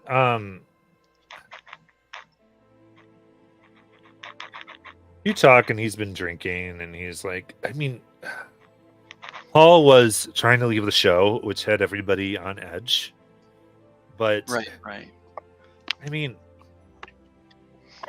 and he just sort of lets it out because again he's looking at this old lady and just kind of and he comes over and he shows you this trash can, and in it you can see this large sheet cake that is in it, and in this like very blood red icing is just this horrible message to Paul about him being a user, an abuser, a thief, killing other people's careers to do his own, blackmailer, and ultimately says your own sin will lead to your death.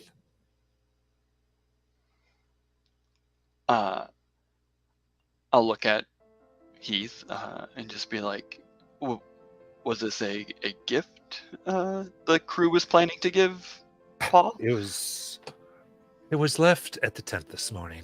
That's all I actually know. And he just kind of he like his look on his face, very angry. You said, was that an 8 or 9? I'm sorry. I had a 9. 9, okay. He just sort of he spits on it, and then he grabs like this broom and just goes and just starts very angrily stabbing the cake. Like, why would anyone do this to us? Like, the show can go, we're all gonna have to find new jobs, and just very angrily smashing this thing.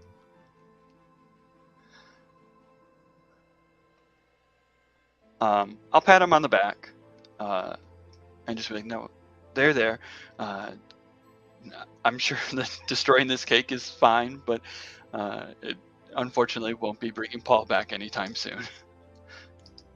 Right, but definitely from this whole thing, there's the place where Priscilla, you feel pretty emboldened to move about. Okay. And something kind of is occurring, I think, to Priscilla too, while all this is going on, as she's looking around. Because you had mentioned that he was drinking wine. And is there like an area here where they're keeping their wine at?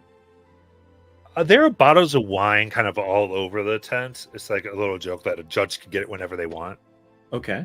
And out of all of those types of wine, does Priscilla notice any of them that don't appear to be a real brand?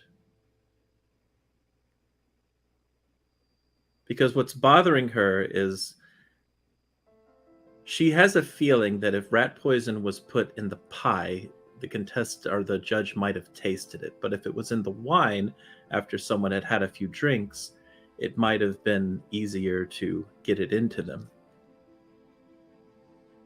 Or if there isn't an off-brand, is there a wine that looks mostly full or kind of off to the corner or kind of away?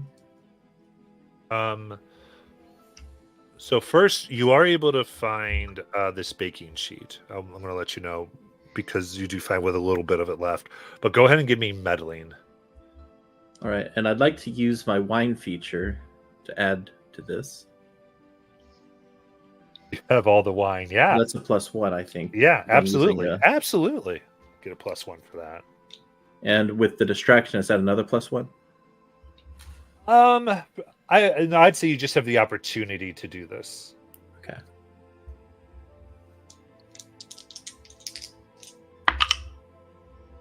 All right, and what is the skill? This is going to be reason.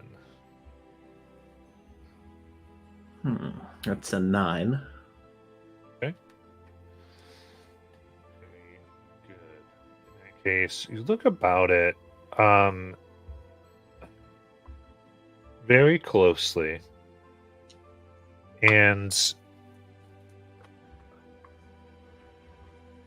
you see that there is a bottle that is, the cork is just a little bit up. Just violet, as though someone used the appropriate tools to recork it, but just didn't put it all the way. You can even see a little bit of cork missing around the edge.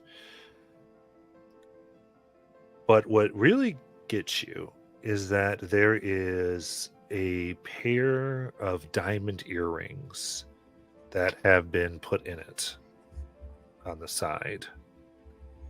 And the diamonds have been meticulously shaped to resemble bread loaves. Any particular type of bread?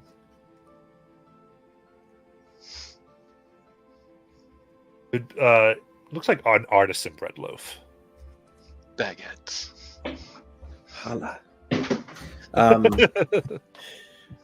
So she'll take that wine bottle and put it into her bag since the guy's distracted. Yeah, you got it. And she'll obviously keep looking just to see if there is any sign of a rat poison bottle or something, but she also feels like that's probably been hidden or disposed of if it was used as a weapon. But she'll still try. Are you trying to think of like you're looking for what resealed it? Well, you know what? I just realized she has another item that's a corkscrew, so she might be familiar with what type of corkscrew was used to do this if she used that. I mean, she has a lot of experience with wine, so she probably has a lot of experience with corkscrews, and since she has a corkscrew on her, I just have this feeling that she is familiar with different implements. Absolutely. What I'll tell you is it looks like someone, what they tried to do is actually shave the cork with the saw that's on many corkscrews to get it to refit. Okay. And they put it in. That's why they kind of had going to get it so far, and to do the whole thing would have been too telltale to make this look like nothing was like, to make it look like just part of the set again. Okay. All right. And so, knowing that, would she be able to find such an item in this vicinity? I think there are corkscrews here, and they all would be able to do this. So she can investigate to see if they have this cork. Since Yeah. I'm trying. Yeah, so you're trying to see if there's that particular. So what you might be looking for are things like shavings. Okay. So it's up to you if you want to see if they're here or. Well, yeah. I mean, I've got this corkscrew, so I was thinking, why don't I use it for this type Yeah, of thing? I see what you're trying to do. Yeah, go ahead and give me meddling. And that's a big reason again. Another 9. Okay. Interesting. You see the evidence of the shavings here at the actual judge's table. You see a little bit of spilled wine. But there's only like a piece of shaving here. You look in the trash can nearby, and there's no shavings. Okay. So whoever did this, when they cleaned it up, wherever they put it, if they successfully put it anywhere, isn't anywhere here. Okay. All right. So she would kind of wink toward Billy to let her know that she has looked around. Sure. I'll part ways with Heath plenty rapidly, as he's probably, hopefully I've gotten him away from thrashing a trash can. Yeah, he's let it go. And I'll be like, all right, well, the sheriff's coming. I'm sure this will get resolved plenty soon.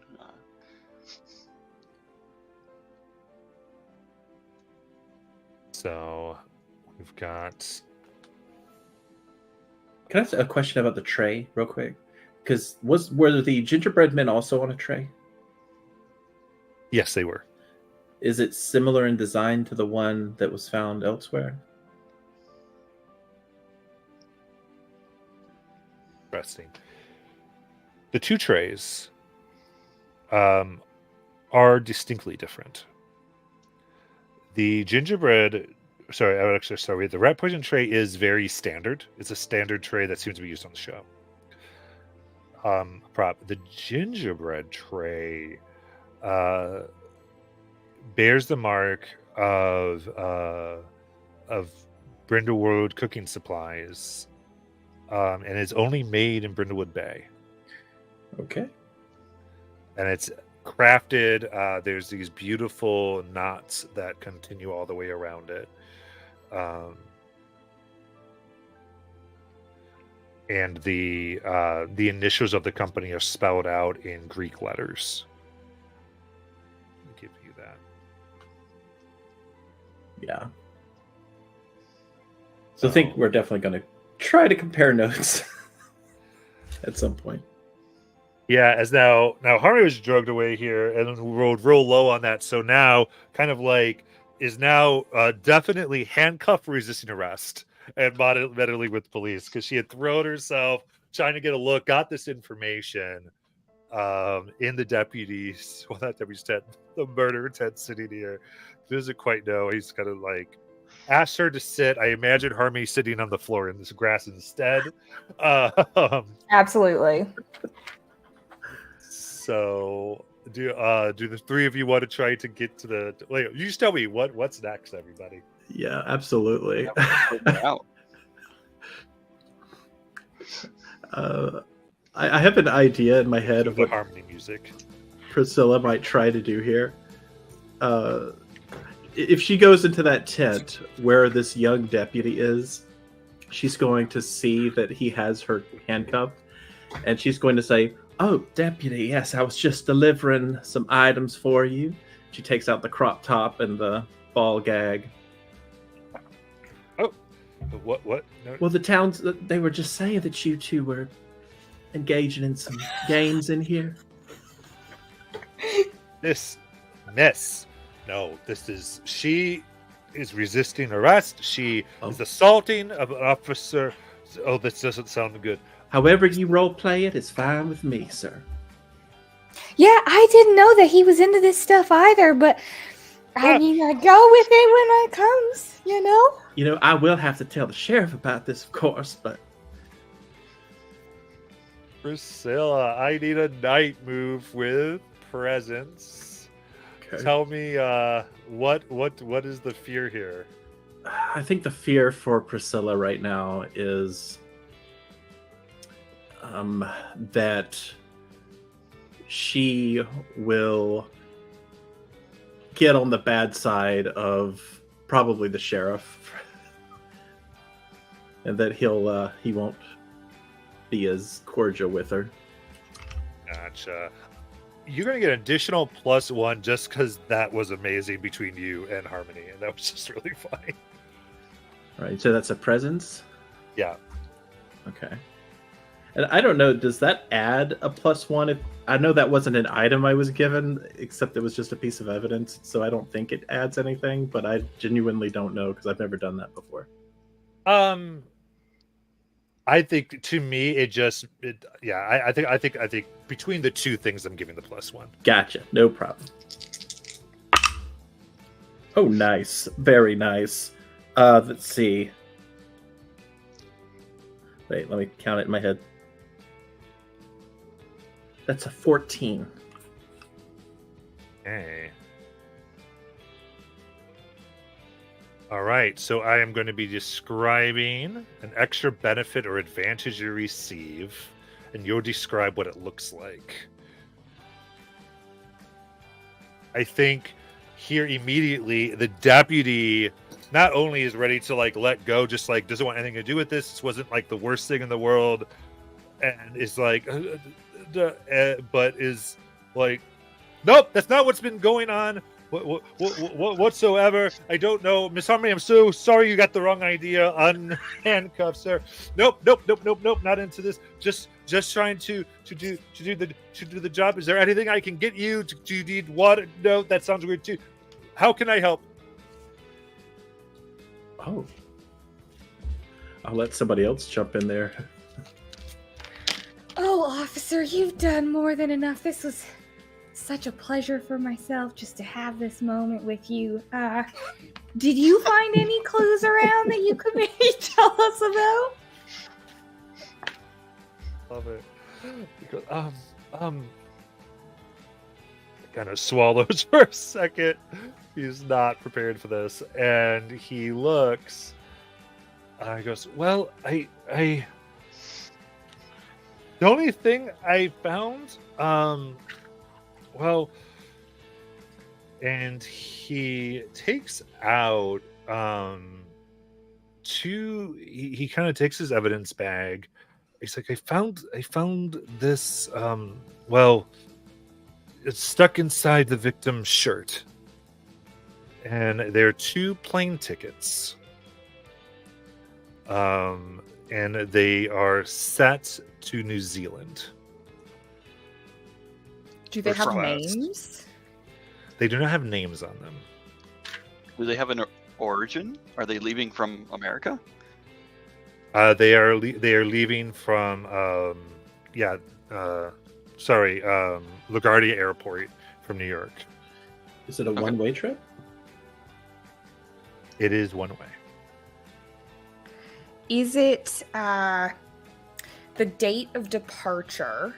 Is it before Paul was supposed to go meet with the royals at Buckingham Palace? I think however you want to theorize, you can be free with these details. Okay. That's So what this game sort of is. This is y'all deciding. Yeah. So I kind of look at my little book club here, and I'm like, this just gets more complicated by the minute. We know that Melanie's family didn't like him. It seems like maybe Sue didn't like him, and I whisper to them, I'm like, I found a broken statue. And I explained that I found the Britty Award and it had his name on it, but it looked like it had somebody else's name on it first. Then he was supposed to go and meet the British Prime Minister. Maybe the British Prime Minister was going to come here and they were going to fly together to New Zealand. Oh. Well, that tray, I did want to mention this. It belonged, or the one that I found, it belongs to the local bakery. Who's connected to that? Well, it would be Melanie, I think. She, her family had a local bakery that was either going under or has gone under. Do you think they all killed him together? But for what purpose? Well, I mean, like I said earlier, karma's a bitch, and he seemed to have a lot of bad karma. Well, who's karma? Oh, no, dear. No. It's like an energy. It's like a Buddhist thing that, like, when we do stuff, it's either good or bad, and it kind of, like, stacks up against you. And if you do bad things, then bad things are going to happen to you, or good things. And it seems like he was on the bad side. So you say it's a boudoir thing? Sure. It could be, yeah. Yeah. Oh, and these diamond earrings. And she takes out the wine bottle. These had to have been customized. And I'm also thinking, whoever has been messing with us, or at least messing with me, has got to have some type of baking skills. Because they made these gingerbread men, and these earrings that are shaped like artisan bread loaves. And plus the tray, which was from a local establishment. Yeah, I mean, everybody here has something to do with... I mean, they're all bakers. That's why we're at a bake-off, except apparently me. But, we're just all learning. It's fine. It's fine. I'm not much of a bacon either. Well, no, I can see that. You're much too pretty. Well, thank you. You're welcome. Do we think that maybe this Melanie, she's looking pretty sus, if you ask me. But what about Scott? Has anyone spoken to him? He looks kind of like a dick, too. I wonder...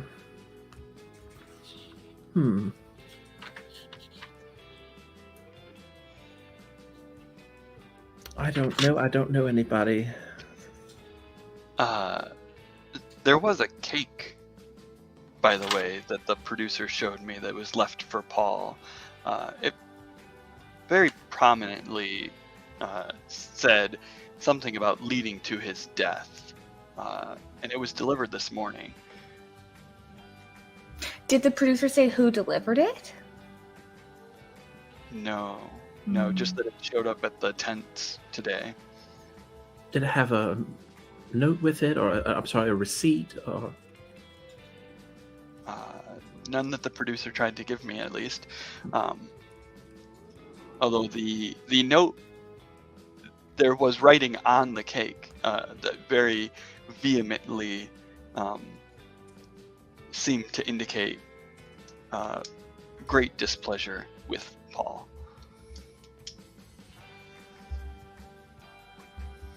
I mean, a lot of the clues we've gathered here, I mean, yeah, it seems like a lot of people didn't like this guy, but a lot of them seem to be pointing to a local source, which, I mean, as lovely as she was, and I hate to see her or her parents lose her support. That Melanie lady, something's not adding up. Although I guess if she goes to jail, I get my van back. Now, if we did the move, the book move, is that to get out of a situation, or is that just to get the extra clue? It's really whatever you want. It's a relevant roll. So if you'd It's like an either extra clue, a you can get 12 one. or a clue. Oh, okay. So we say we're doing it when we need to succeed. Gotcha. Okay. Yeah. Or it allows you to state a fact about the current situation that I have to incorporate. Oh. Right. We produce a clue. A Basically. clue we need. What would connect? Okay, so on one hand, we have a lot of evidence showing something local, someone good with baking. The only reason I mentioned that is because some of the people are just here for production, and they may not have any actual skills. But the contestants, except for Frederick and perhaps myself, don't have a lot of experience with cooking.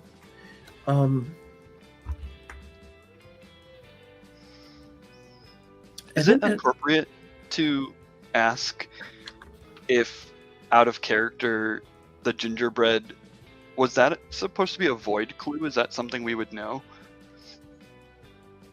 I mean, it is a void clue, but it doesn't mean you can't incorporate it. Sure, sure. Okay. I was just curious. Yeah, I think Priscilla would mention here that how it appeared, since she hasn't found any evidence of anyone being in the tent, and she's kind of used to these types of weird clues appearing out of nowhere. However, some of the time they talk. Like this one time, there was a fish clue, and the fish started talking. I thought perhaps if this was actually from the void, the gingerbread men would start talking. I don't know why you're all looking at me like that. I'm sorry, are you speaking about one of the novels? You didn't speak to a fish, did you? Well, I didn't speak to him, but he certainly was talking to all of us. Like a fish was talking to you? I mean, that's happened to me, but it's usually after I've had an acid trip. It's never really happened in real life. Well, for me, it was after a little encounter with Captain Curly. I wonder what he's up to these days. Who the heck is Captain Curly? How do you know all these cool men that have these cool jobs? Is Captain Curly here, Matt? He's been in every other game. Well, you know, I did not have Captain Curly here. If you want, no, Captain Curly was not an asset that we listed. So That's no, fair. Captain That's fair. Curly's I not. guess I can always call on my phone though. You could, because you do have a phone. You can call. But I'm gonna hold on to the phone. I might need it. Yeah. No, yes, Captain Curly. He was a yacht captain. Very helpful. Later met him at a Halloween party. Was he a real yacht captain though, or was that his costume? Because that'll get you. Oh no, that was a different time. That was before the Halloween party, and we had a wonderful encounter on the bridge of his yacht, and then later at the party we went upstairs for a little while. And I guess I haven't spoken to him since. I'm sorry, Priscilla. There was a man who was murdered here. Oh right, I'm sorry. Yes, let's return back. We all forgot about that. And we really need to figure this out before the sheriff gets here, because I don't think Harmony or myself are going to be in very calm waters if he gets off his boat. Fair enough. I mean,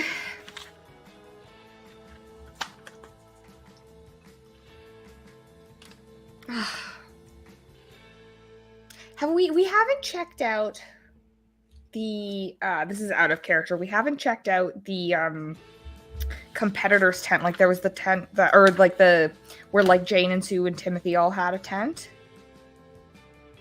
The judge's tent? Or was that the same thing? No, there were separate tents plus the judge's tent. Oh. Okay. Should we go check their tents? Officer, would you... I turn to Officer Dooley, and I say, would you... listen, we're now on, like, good terms. You know that we're just here to help. We know we didn't do anything. Can you, like, distract these folk while we go and, like, explore and we try to get you some more clues? And listen, if we get more clues, we'll give you all the evidence, and it'll look like you solved it, and you'll be, like, a hero.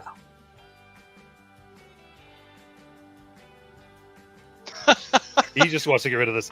Okay, yes, that sounds great. Oh, you might want to keep on to these, deputy, and she'd hand him all the toys. By the way, Frederick and I were going to use them, but well, but I think they were already used, so you might want to use them as evidence. So just to fulfill the part where it's revealed what she did, I went ahead with that. Yeah, I like that. Oh my gosh. Okay, Yep. So you are free to go to the tents. He is just stupefied right now, this poor young man. Should we check out Sue's first, or Janet's, or Timothy's? I think Sue. She was kind of... All right. Who's the one you found the award? Yeah. Or was that Janet? It was in Sue's purse while...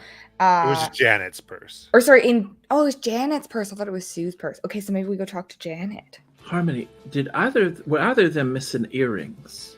Well, you were talking to Janet when all this happened. So you've talked to Janet. But you can look at her. Sorry, look at her tent. I didn't see if they were wearing earrings or not, to be honest. Didn't really enter my mind. Can I take a quick scan now and see if I see them and check their ears?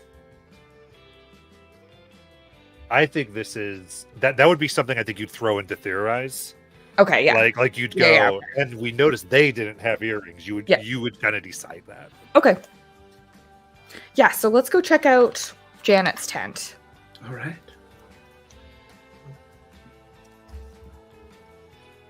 Very good. Here.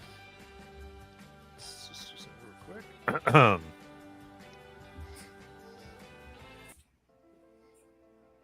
Move into here, and there are enormous arrangements of English roses flanking everything. The Union Jack is in a prominent space, and somehow everything seems to be in like a soft focus, a trick of light. You're not sure. But then as each of you step into this trailer, describe for me something that you see that reflects Jane's very posh femininity.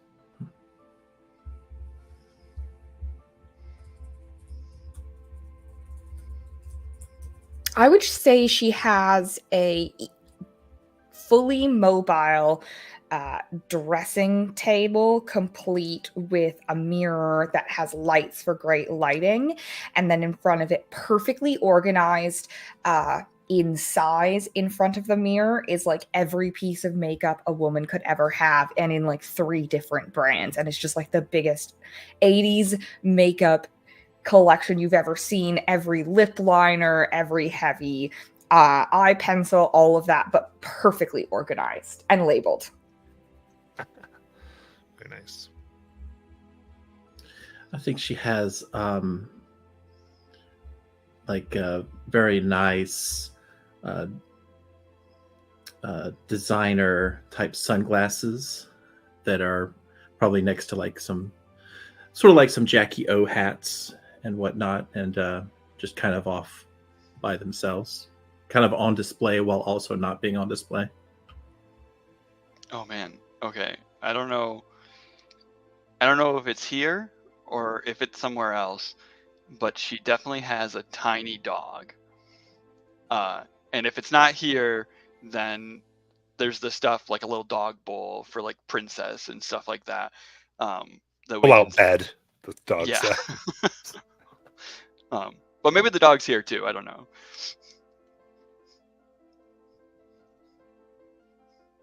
You're here. What would you like to do? Well, let's take a look around. I want to go to the dresser specifically and see if there are like if there's a box of earrings where the earrings might be missing, as if she's wearing them, or maybe are bred earrings that we have found.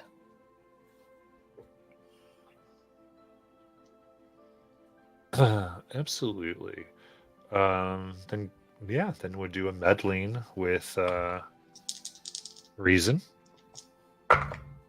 Oh, that's a 10.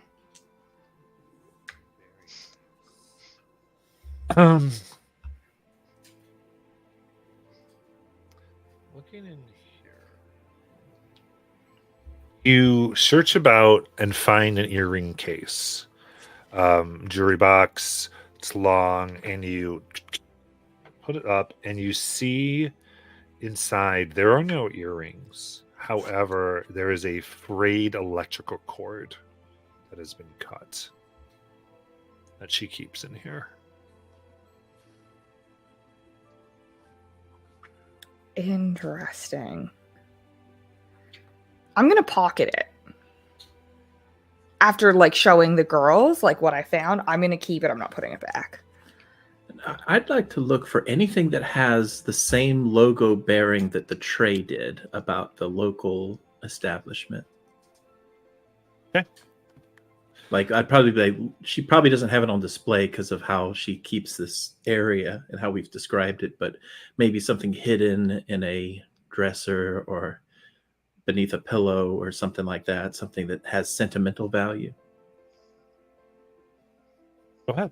This would be a reason. Oh, once again, really well. I wish I rolled like this on D&D nights. Let's see, that's 11 plus 1 for reason. That's 12.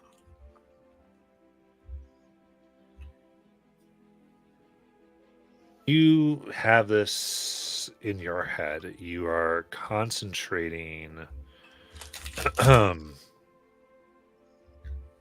here on that logo, the Greek letters. And as you are, there's this scratching on the top of the tent. You look, and it is this dark shadow. The claws just sort of come through.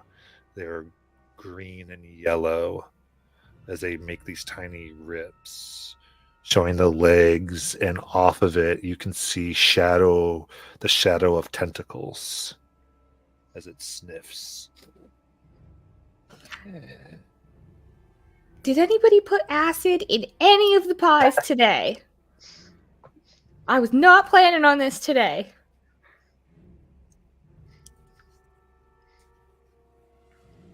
So is it just staring at us? I assume we all see Sniffing. it. Yeah, you all see it. It's sniffing.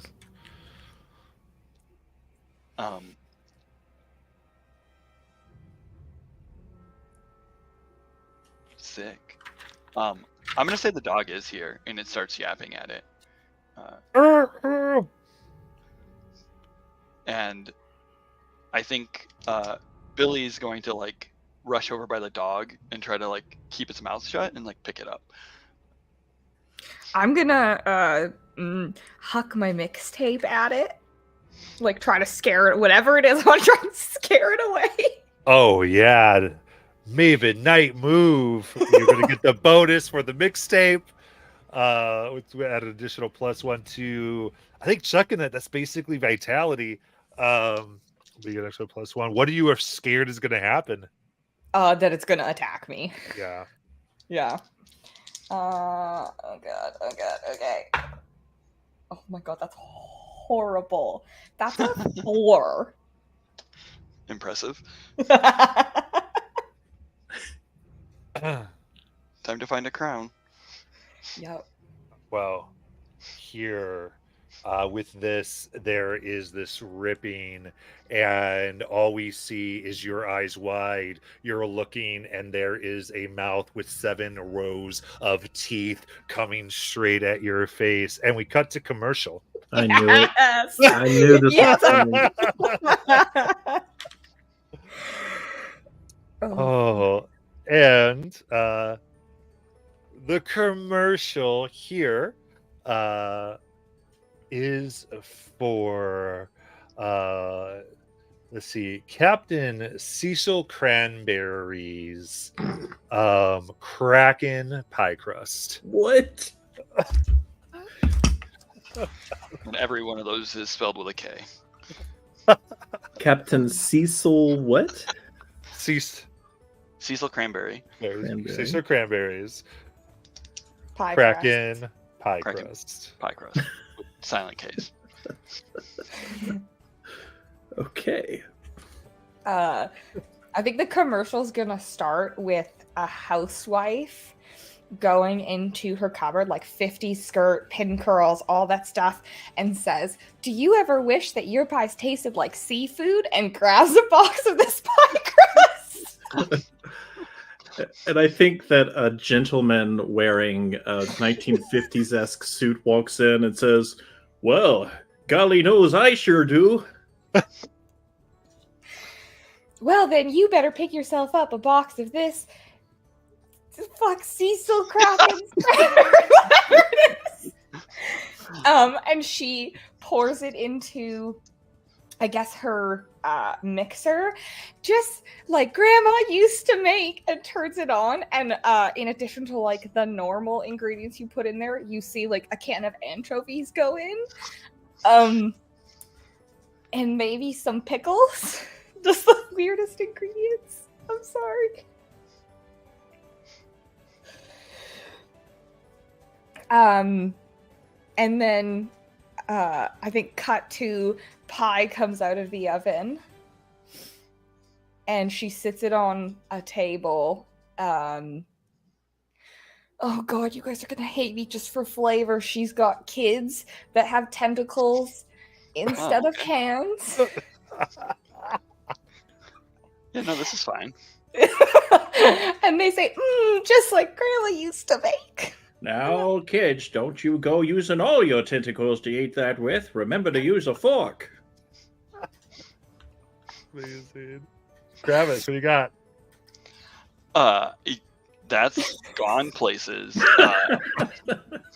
I was gonna say it was on there was a seaside home, and she like puts the pie on the windowsill, but instead of like a little kid stealing it, like a tentacle steals it. But well, I like that better. I do. We're overboard right now.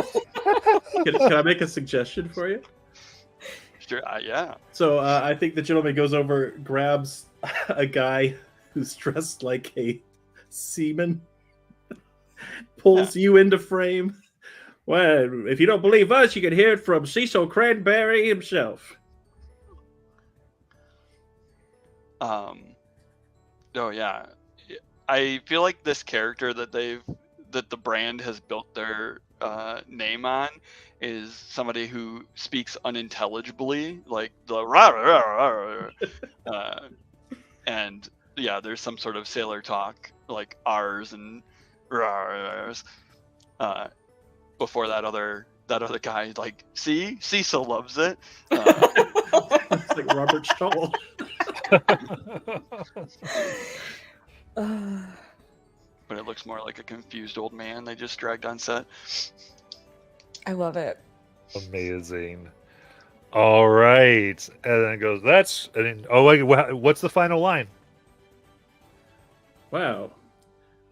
Captain Cecil Cranberry's Kraken Pie Crust is the best crust of Kraken cranberries I ever had in my life.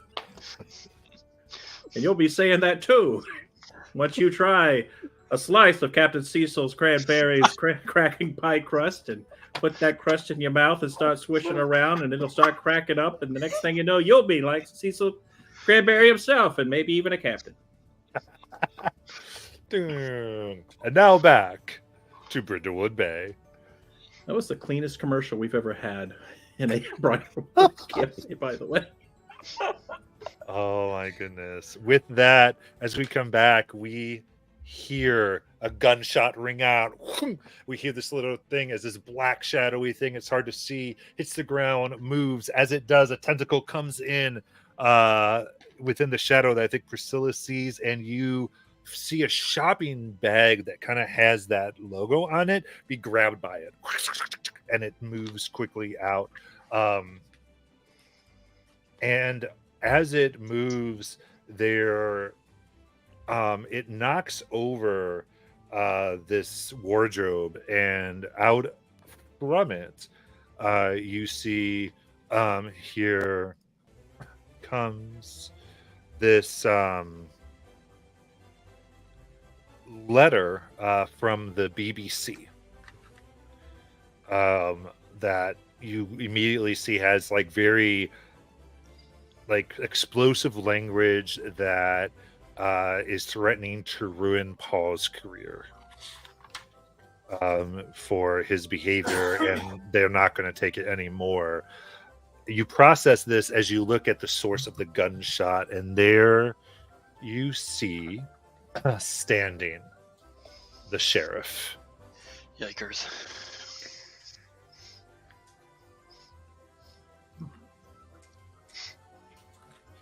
As he fires it out, and he goes, I heard screaming, didn't realize it was a squirrel that you all were all upset about. You know those squirrels. They're quite peculiar. Absolutely. Yeah, well, why are y'all doing in here? Come on, get out. Scare my poor deputy. And you would know this as Sheriff Dalrymple. Dalrymple? Yep.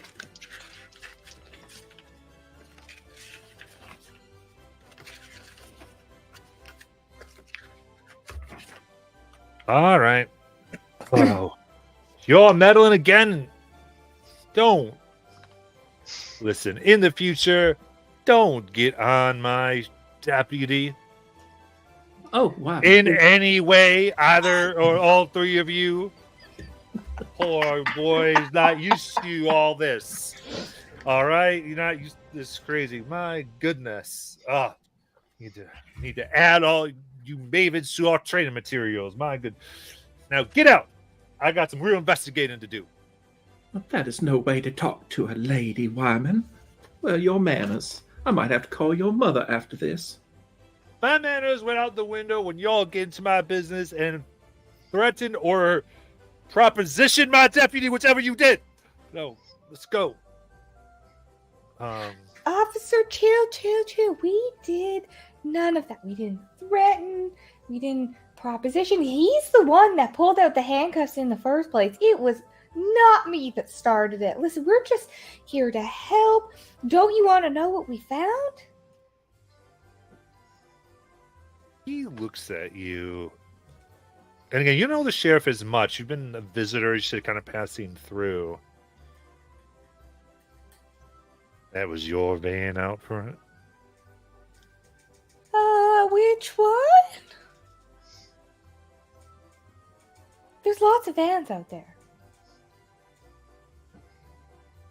Well, and that looks like it was from 1967. Oh, yes, it is from 1967. You're so smart. What's wrong with it? Right. Looks very upset. You one of them? You come back for some reason? I mean, I'm just passing through. I'm not part of anything. I'm just on my lonesome. In fact, that van, it's no longer mine. It's and she looks to see if she can find us. That lady's now. I gifted it to her. It's for her parents. I'm just helping.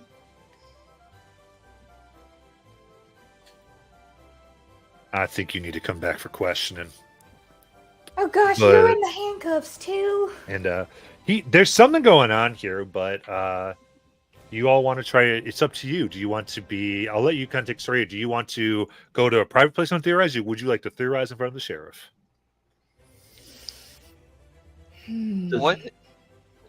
What does it seem like the sheriff's upset with Harmony about?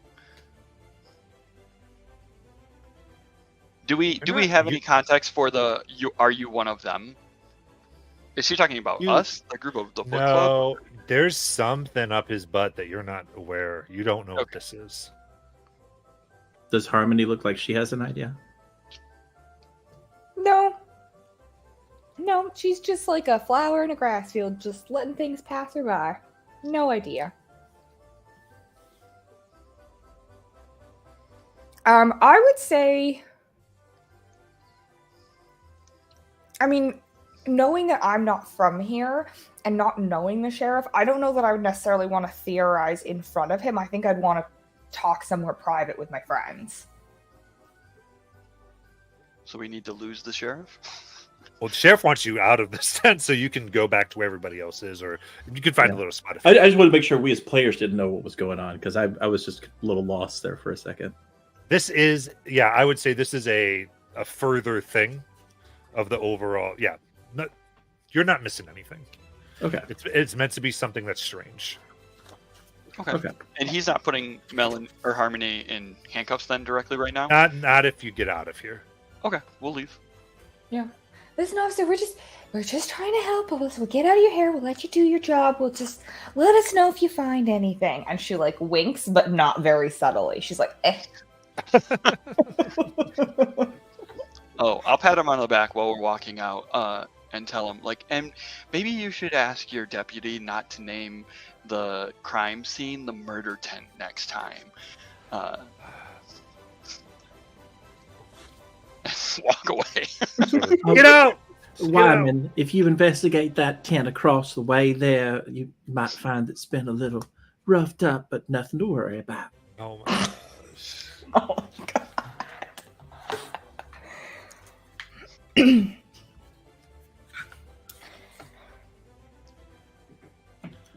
I'll let Maeve know you stopped by.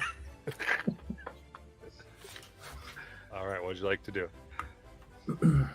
I guess go to a place we can theorize. Yeah, so I think you can describe. You kind of have the scene of the tents and how all this is laid out. You can describe the type of place you find. Could we go to the van? Maybe is that like a safe spot? Yeah, absolutely. Ladies, come join me. I got some bean bags. I got some lava lamps I picked up on the way. I got a little peace symbol on the back of it just as a reminder that this is a chill space for love and harmony. Oh, I've been to many of these vans in my youth. Oh, I'm sure you have. And as you walk in, there's also like a bead curtain, like where the sliding door comes out. There's a full bead curtain right in front of it.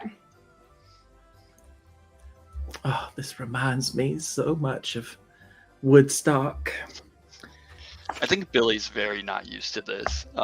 Billy would have had much more lavish accommodations regularly, but reluctantly enters. Can I Very imagine? nice. Can I imagine Billy pulling out, and you can tell me if you don't want to do this, like a handkerchief out of like her purse and putting it on the beanbag before she sits down? Oh, sure, yeah. Yeah, sweet. All right, well, I made some cookies for y'all as well. And there's like, again, in a stained, cracked Tupperware, just some like lumpy, like they look nice, but like not very pretty chocolate chip cookies. And I just like pop them in the middle of our little circle. Are these special cookies? I mean, they're just special because of the love I made them with. I think you and I are on the same page. Yes, darling. All right, so what do we think happened? I mean, that wasn't a squirrel, right? Like, I don't know what the sheriff was talking about. That was a tentacled, clawed, seven-faced monster. Another thing from the void. Is it Janet? I'm not sure, but in my experience, usually these things tend to happen when we're getting very close to an answer, and it's almost like a nudge in a certain direction. It'd be nice if the nudge was like a butterfly maybe, or like a dragonfly, or like a rabbit. I did not like that nudge. Oh, that reminds me, I rolled a 12 when I was looking earlier. Did I find anything? Because it kind of got intercepted by that creature thing walking in. Yeah, well, 1, the 12 triggered the creature. Oh, okay. But 2, because that's the void clue. And Right. then I did give you the BBC letter about Oh. dressing down. Okay. That was in Janet's dresser. That was a threat to Paul? Yes. A threat to Paul's career? Interesting.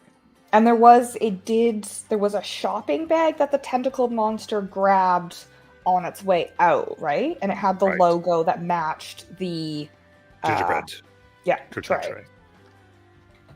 All right. So far, here's what we know. We know that Paul was trying to get out of a contract or was upset about a contract. We know Janet is very well-to-do. And Janet is the one with the connection to the local store. Is that what we found out? No, that was Melanie. So Melanie Oh, was the okay. one that owned, like her family had the local store that was going out of business. Janet, she was not included on the letter for the invitation to Buckingham Palace. So it was like the whole Not cast and included crew with Janet. To Buckingham. She also was potentially the person erased from that award. Yes. I assume that she was the one who her name was taken off of it, because she's upset about the not being a co-star.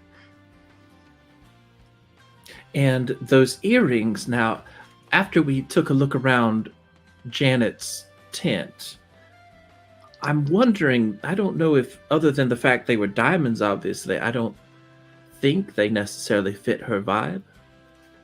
I mean, they were bread, and she's a host, she's a co-host of a baking judging competition. So, I mean, maybe they had been like a gift from somebody, or like from wardrobe, they gave it her and they were like, these are fancy, but they look like bread, so wear them here. But I could theoretically see her wearing them for the show, maybe not in her real life. Yeah, maybe we've seen her on episodes of the Bake Off with those. Oh, that's good. I like that. Previous episodes had her All right. wearing the earrings. Yeah. So we can connect the earrings to Janet. Yeah. I really want the 2 tickets. I don't know why she would give them up, but I feel like the 2 tickets, she would have been the one who purchased the 2 tickets for her and her dog. The dog gets its own tickets. Okay, I love that. I love that. So that was like her getaway of like, I'm gonna murder this guy and then hop out of here. Right, but she leaves them as evidence on him as if he was going to run away. Going somewhere. Yeah. I like that. All right, and based on the fact the earrings were found in the wine bottle, she might have had some trouble opening it. Maybe she's used to having people open it for her. And so that would explain the shavings. Mm-hmm. I think the shavings was to get the cork back in. Right. And I don't think that she knew how to do that. I think she's got plenty of Ricardos at home. Sure. I mean, I would too. Yeah, I'm on consensus with this. I like Janet for this. All right, so how many clues is that so far? Got the earrings. The earrings, plane tickets, the invitation, the trophy. That's 4. I think we have more. We can say the cake was delivered by her as an ominous threat, and potentially could have been like ordered through or setting up Melanie. Like it was framing somebody else. So she did that on purpose. Exactly. Melanie would be the perfect fall person.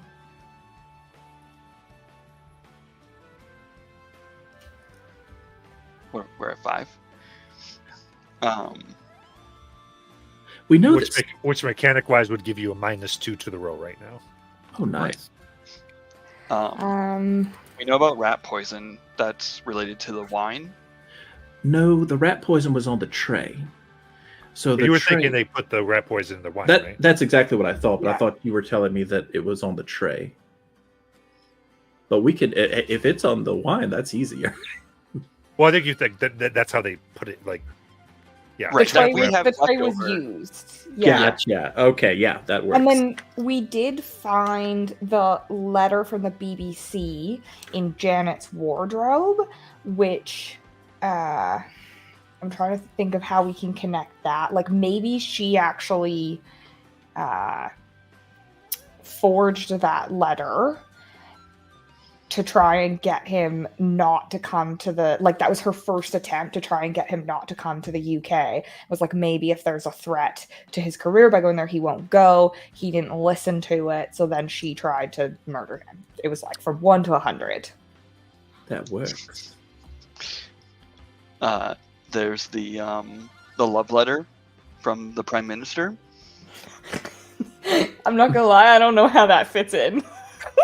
Well, actually, the Prime Minister could have been how she got the letterhead of the BBC. So if she Are had they in been- cahoots? Well, no. I think that maybe she was getting close to the Prime Minister, and that's how she got access to certain things, including how they form letters and whatnot, to make it as authentic as possible. Can we say that she found out that the Prime Minister and Paul were having the affair, and she threatened to out him if he didn't give her that information? Like he provided her with the logo and stuff because she was threatening him. Right, yeah. Threatening the Prime Minister. Threatening She the has a Prime ton of Minister. Power. She's very powerful. Yes. Listen, maybe all of her Ricardos are very powerful as well. We don't know. Okay, I think just going through.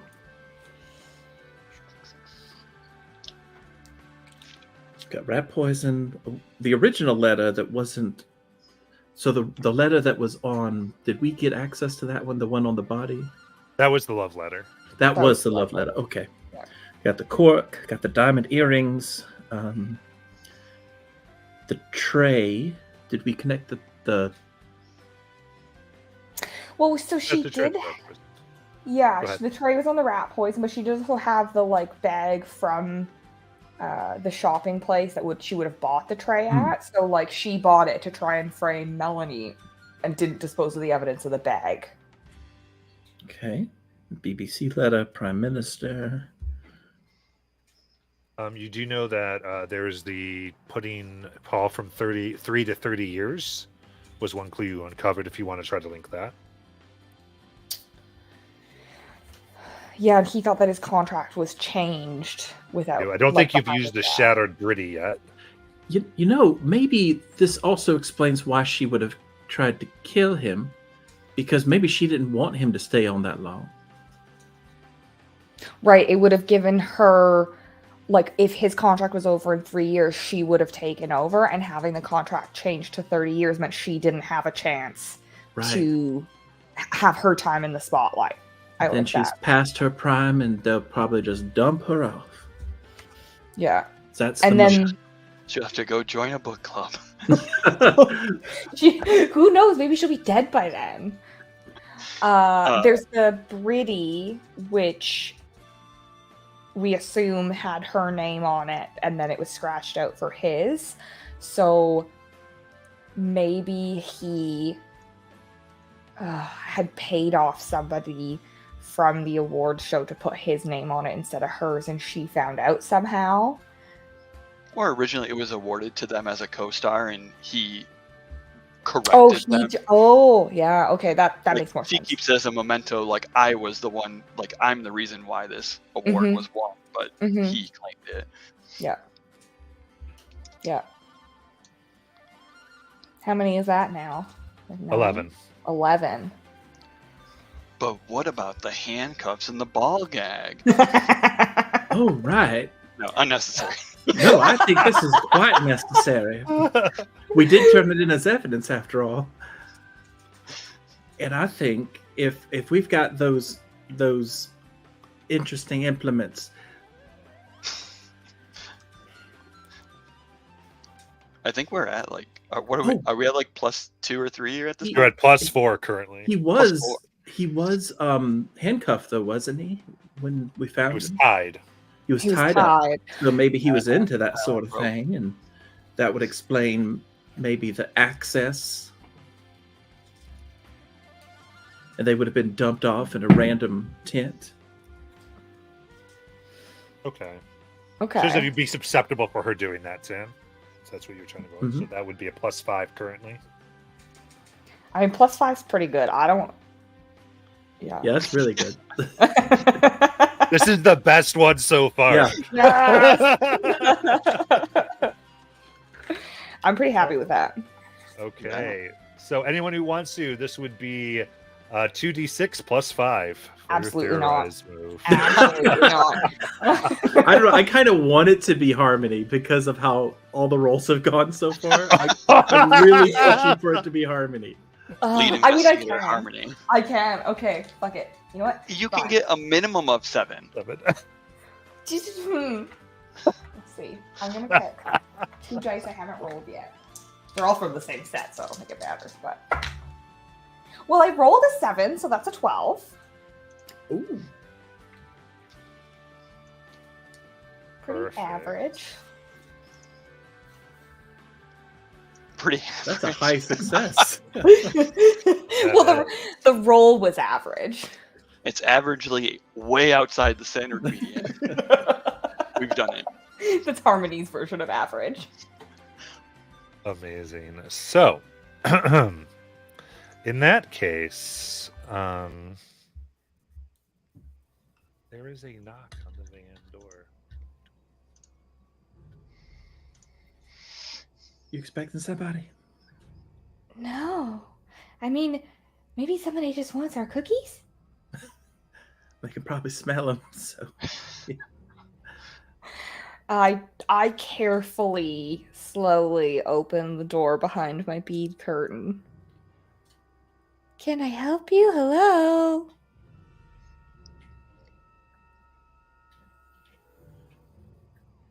Standing Can- there. okay. Sorry. Say hello. This woman's standing there. Her gray hair done up in a very tight bun. I just noticed and she looks fairly much older than all of you by a good 10 years. I just noticed your van, and I wanted to know if I could come in. I look back to the other two. Are they shaking their heads or nodding their heads or no reaction? Why not Um, step out?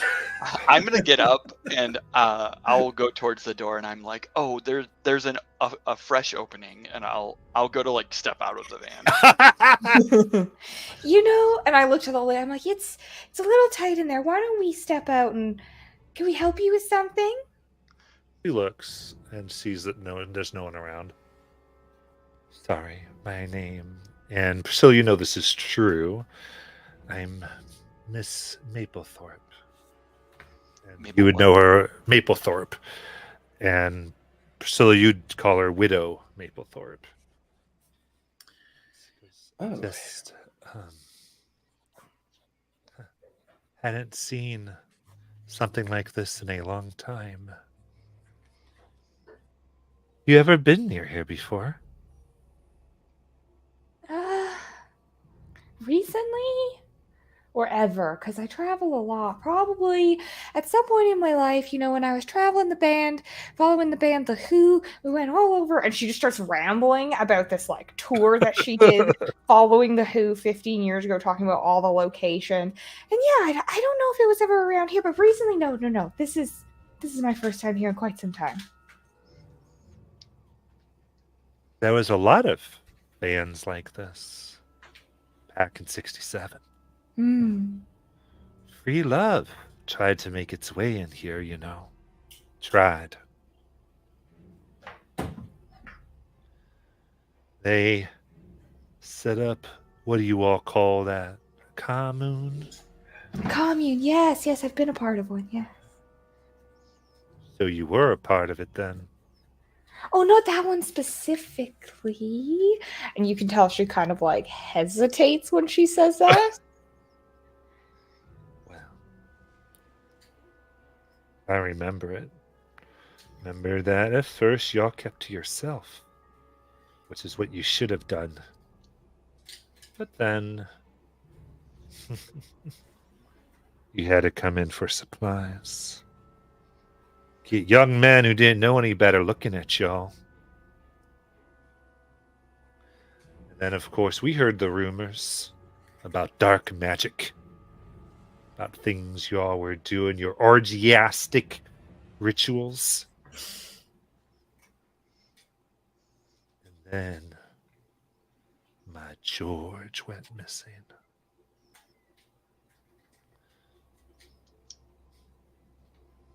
George, was he your husband? Son. Your son? What did he look like? Beautiful boy. Pale skin, eyes blue and black like the sea. Hair sandy and salty. Beautiful boy.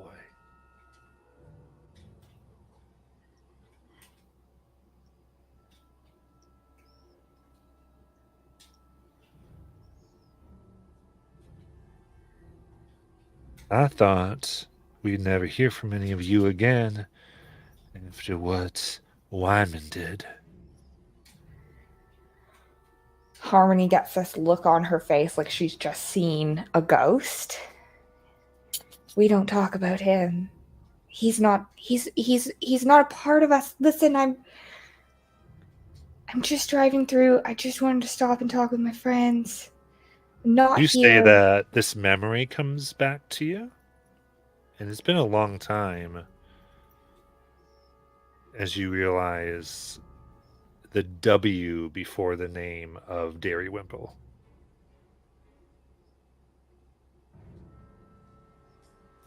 She said Wyman.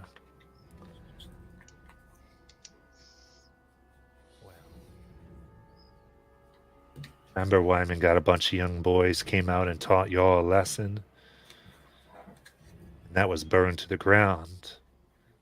What happened to George? What happened to my George? She grabs this woman's hands. Does she look hostile right now? She's upset, maybe. So I just gently reach out and grab her hands and be like, listen, I don't know what happened to your George. I don't even know if he was there when I was there. Honestly, it was so long ago, I don't remember all of the boys that night. None of them came back. But I promise you, I never stopped looking for any of them, and I promise you, we didn't mean for it to happen. And she says that, do we see, in front of us at all, do we see the officer, the sheriff? I think right here, as you're trying to do this, let's go ahead and do the night move here, and this is presence for you. Okay. I think my presence, I think I said it was 0. Let me just check real quick. Yeah. 8?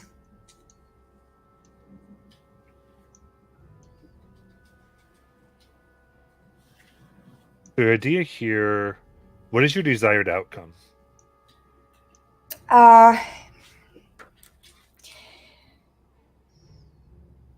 Realistically, I want to give this woman some peace, whatever that means for her.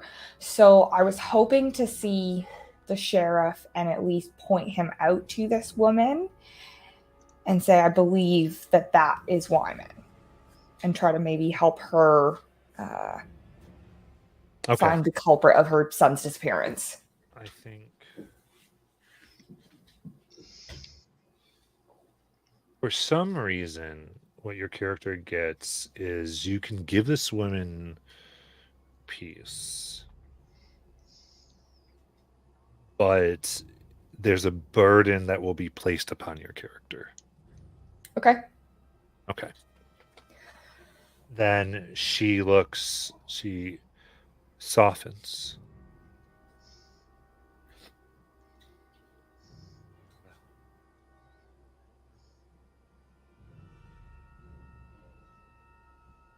Your blood wouldn't be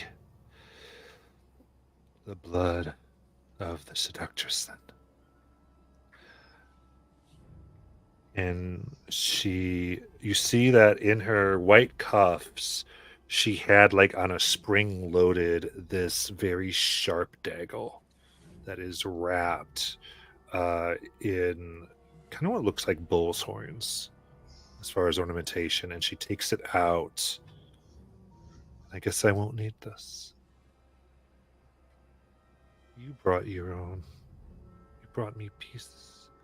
I don't need them to bring it. And she puts it in your palm. And you just recognize seeing something like this from something traumatic in Harmony's past.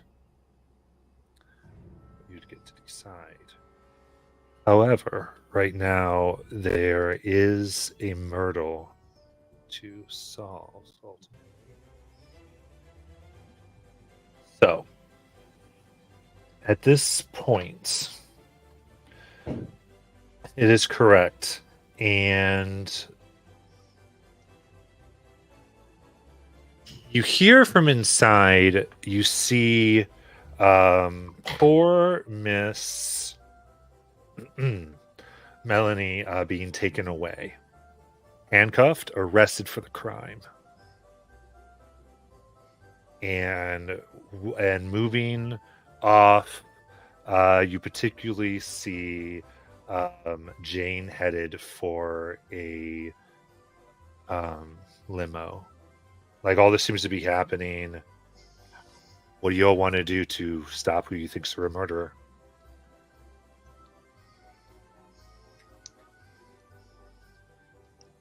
I think I wanna. Oh, sorry. Go ahead. I was just going to mention, I feel like I probably didn't put the dog down at any point. Okay, yeah. So I feel like I probably still have the dog. You can say what you were going to do, though. No. That changes what I was gonna do. So, can we maybe say that, like, as Billy sees Jane going to the limo, being like, Jane, don't forget your dog, your dog, and is like running towards it, and I'm like, while you're doing that, trying to get Jane's attention, I'm gonna run and be like, stop, it wasn't her, and try to get them to stop trying to take Melanie away. Okay. I love that. And then Priscilla, what are you going to do to bring it all together? I think during the conversation earlier, Priscilla would have stepped away and used her phone to call. Trying to think of who to do this. I think the most obvious choice is Ricardo. So she would have called Ricardo and asked him to dress up in his limousine driver roleplay attire, and so that he can pose as the driver. And she tells him that if all else fails, deliver her to the prison or the jail, the sheriff's office. I love that so much. I love that. Oh, I need a night move presence for this one. Well, actually, yeah. Well, I'm using my phone, so that gives that's a +1. I just gotta see this.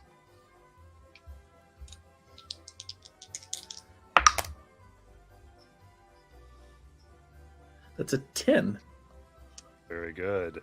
You do what you intended to do and describe what it looks like. So Ricardo definitely would have shown up. He would have gotten dressed up, and I mean, is this the name of the pool boy? Just yeah. For clarity.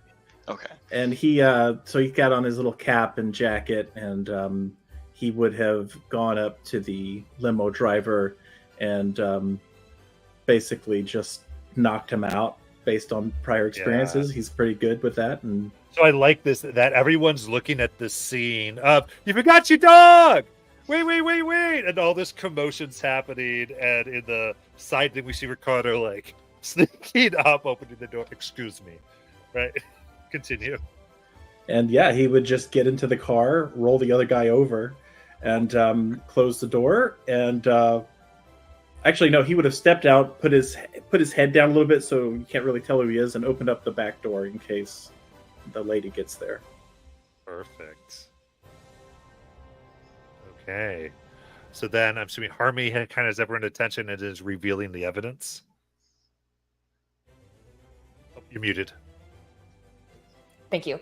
Yeah, I'm just kind of explaining, maybe not noticing that it's Ricardo at the limousine door, maybe not noticing so much loud enough that Jane can hear, but maybe just quiet enough, and I'm actually explaining to the sheriff and his deputy what happened, all the pieces of evidence that we found, and then I'm saying, like, listen, we're gonna make her think that she's driving away, but actually she's gonna go to the jail, so you guys hop in your car and you meet her there, but like, please let Melanie go, I have my van for her. Thanks guys.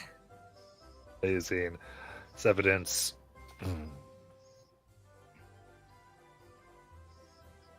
Would have been handy to have at the beginning. Well, we didn't have it at the beginning. We uncovered it later. But when I got here, and speaking of getting, you should probably get too. And I'm out of here. He nods as the dog is returned. She's put into the limo, and say something like, enjoy your flight. Oh, confused look before the door slams. And Melanie looks confused as we see the limo. I think Ricardo, if she gets to the limo and as soon as he closes the door, he looks at the camera and winks to let Yes, the audience know it's him. Thank you. And then he gets into the sea. Yeah, because no one doesn't see this until the wink, and like, and we backtick, like, just let her go in, accuse somebody else. This whole thing plays out in scenes as we see it drive off as the blaring sirens follow the arrested murderess herself. It is with that this episode comes to an end. Right. Oh, thank you, Twitch chat, and all the stuff that you've been commenting while we've been playing. And we'll see the next Brindlewood as it occurs one shots time to time. And we'll be back in about 2 hour and a half. What is today? Saturday, an hour and a half.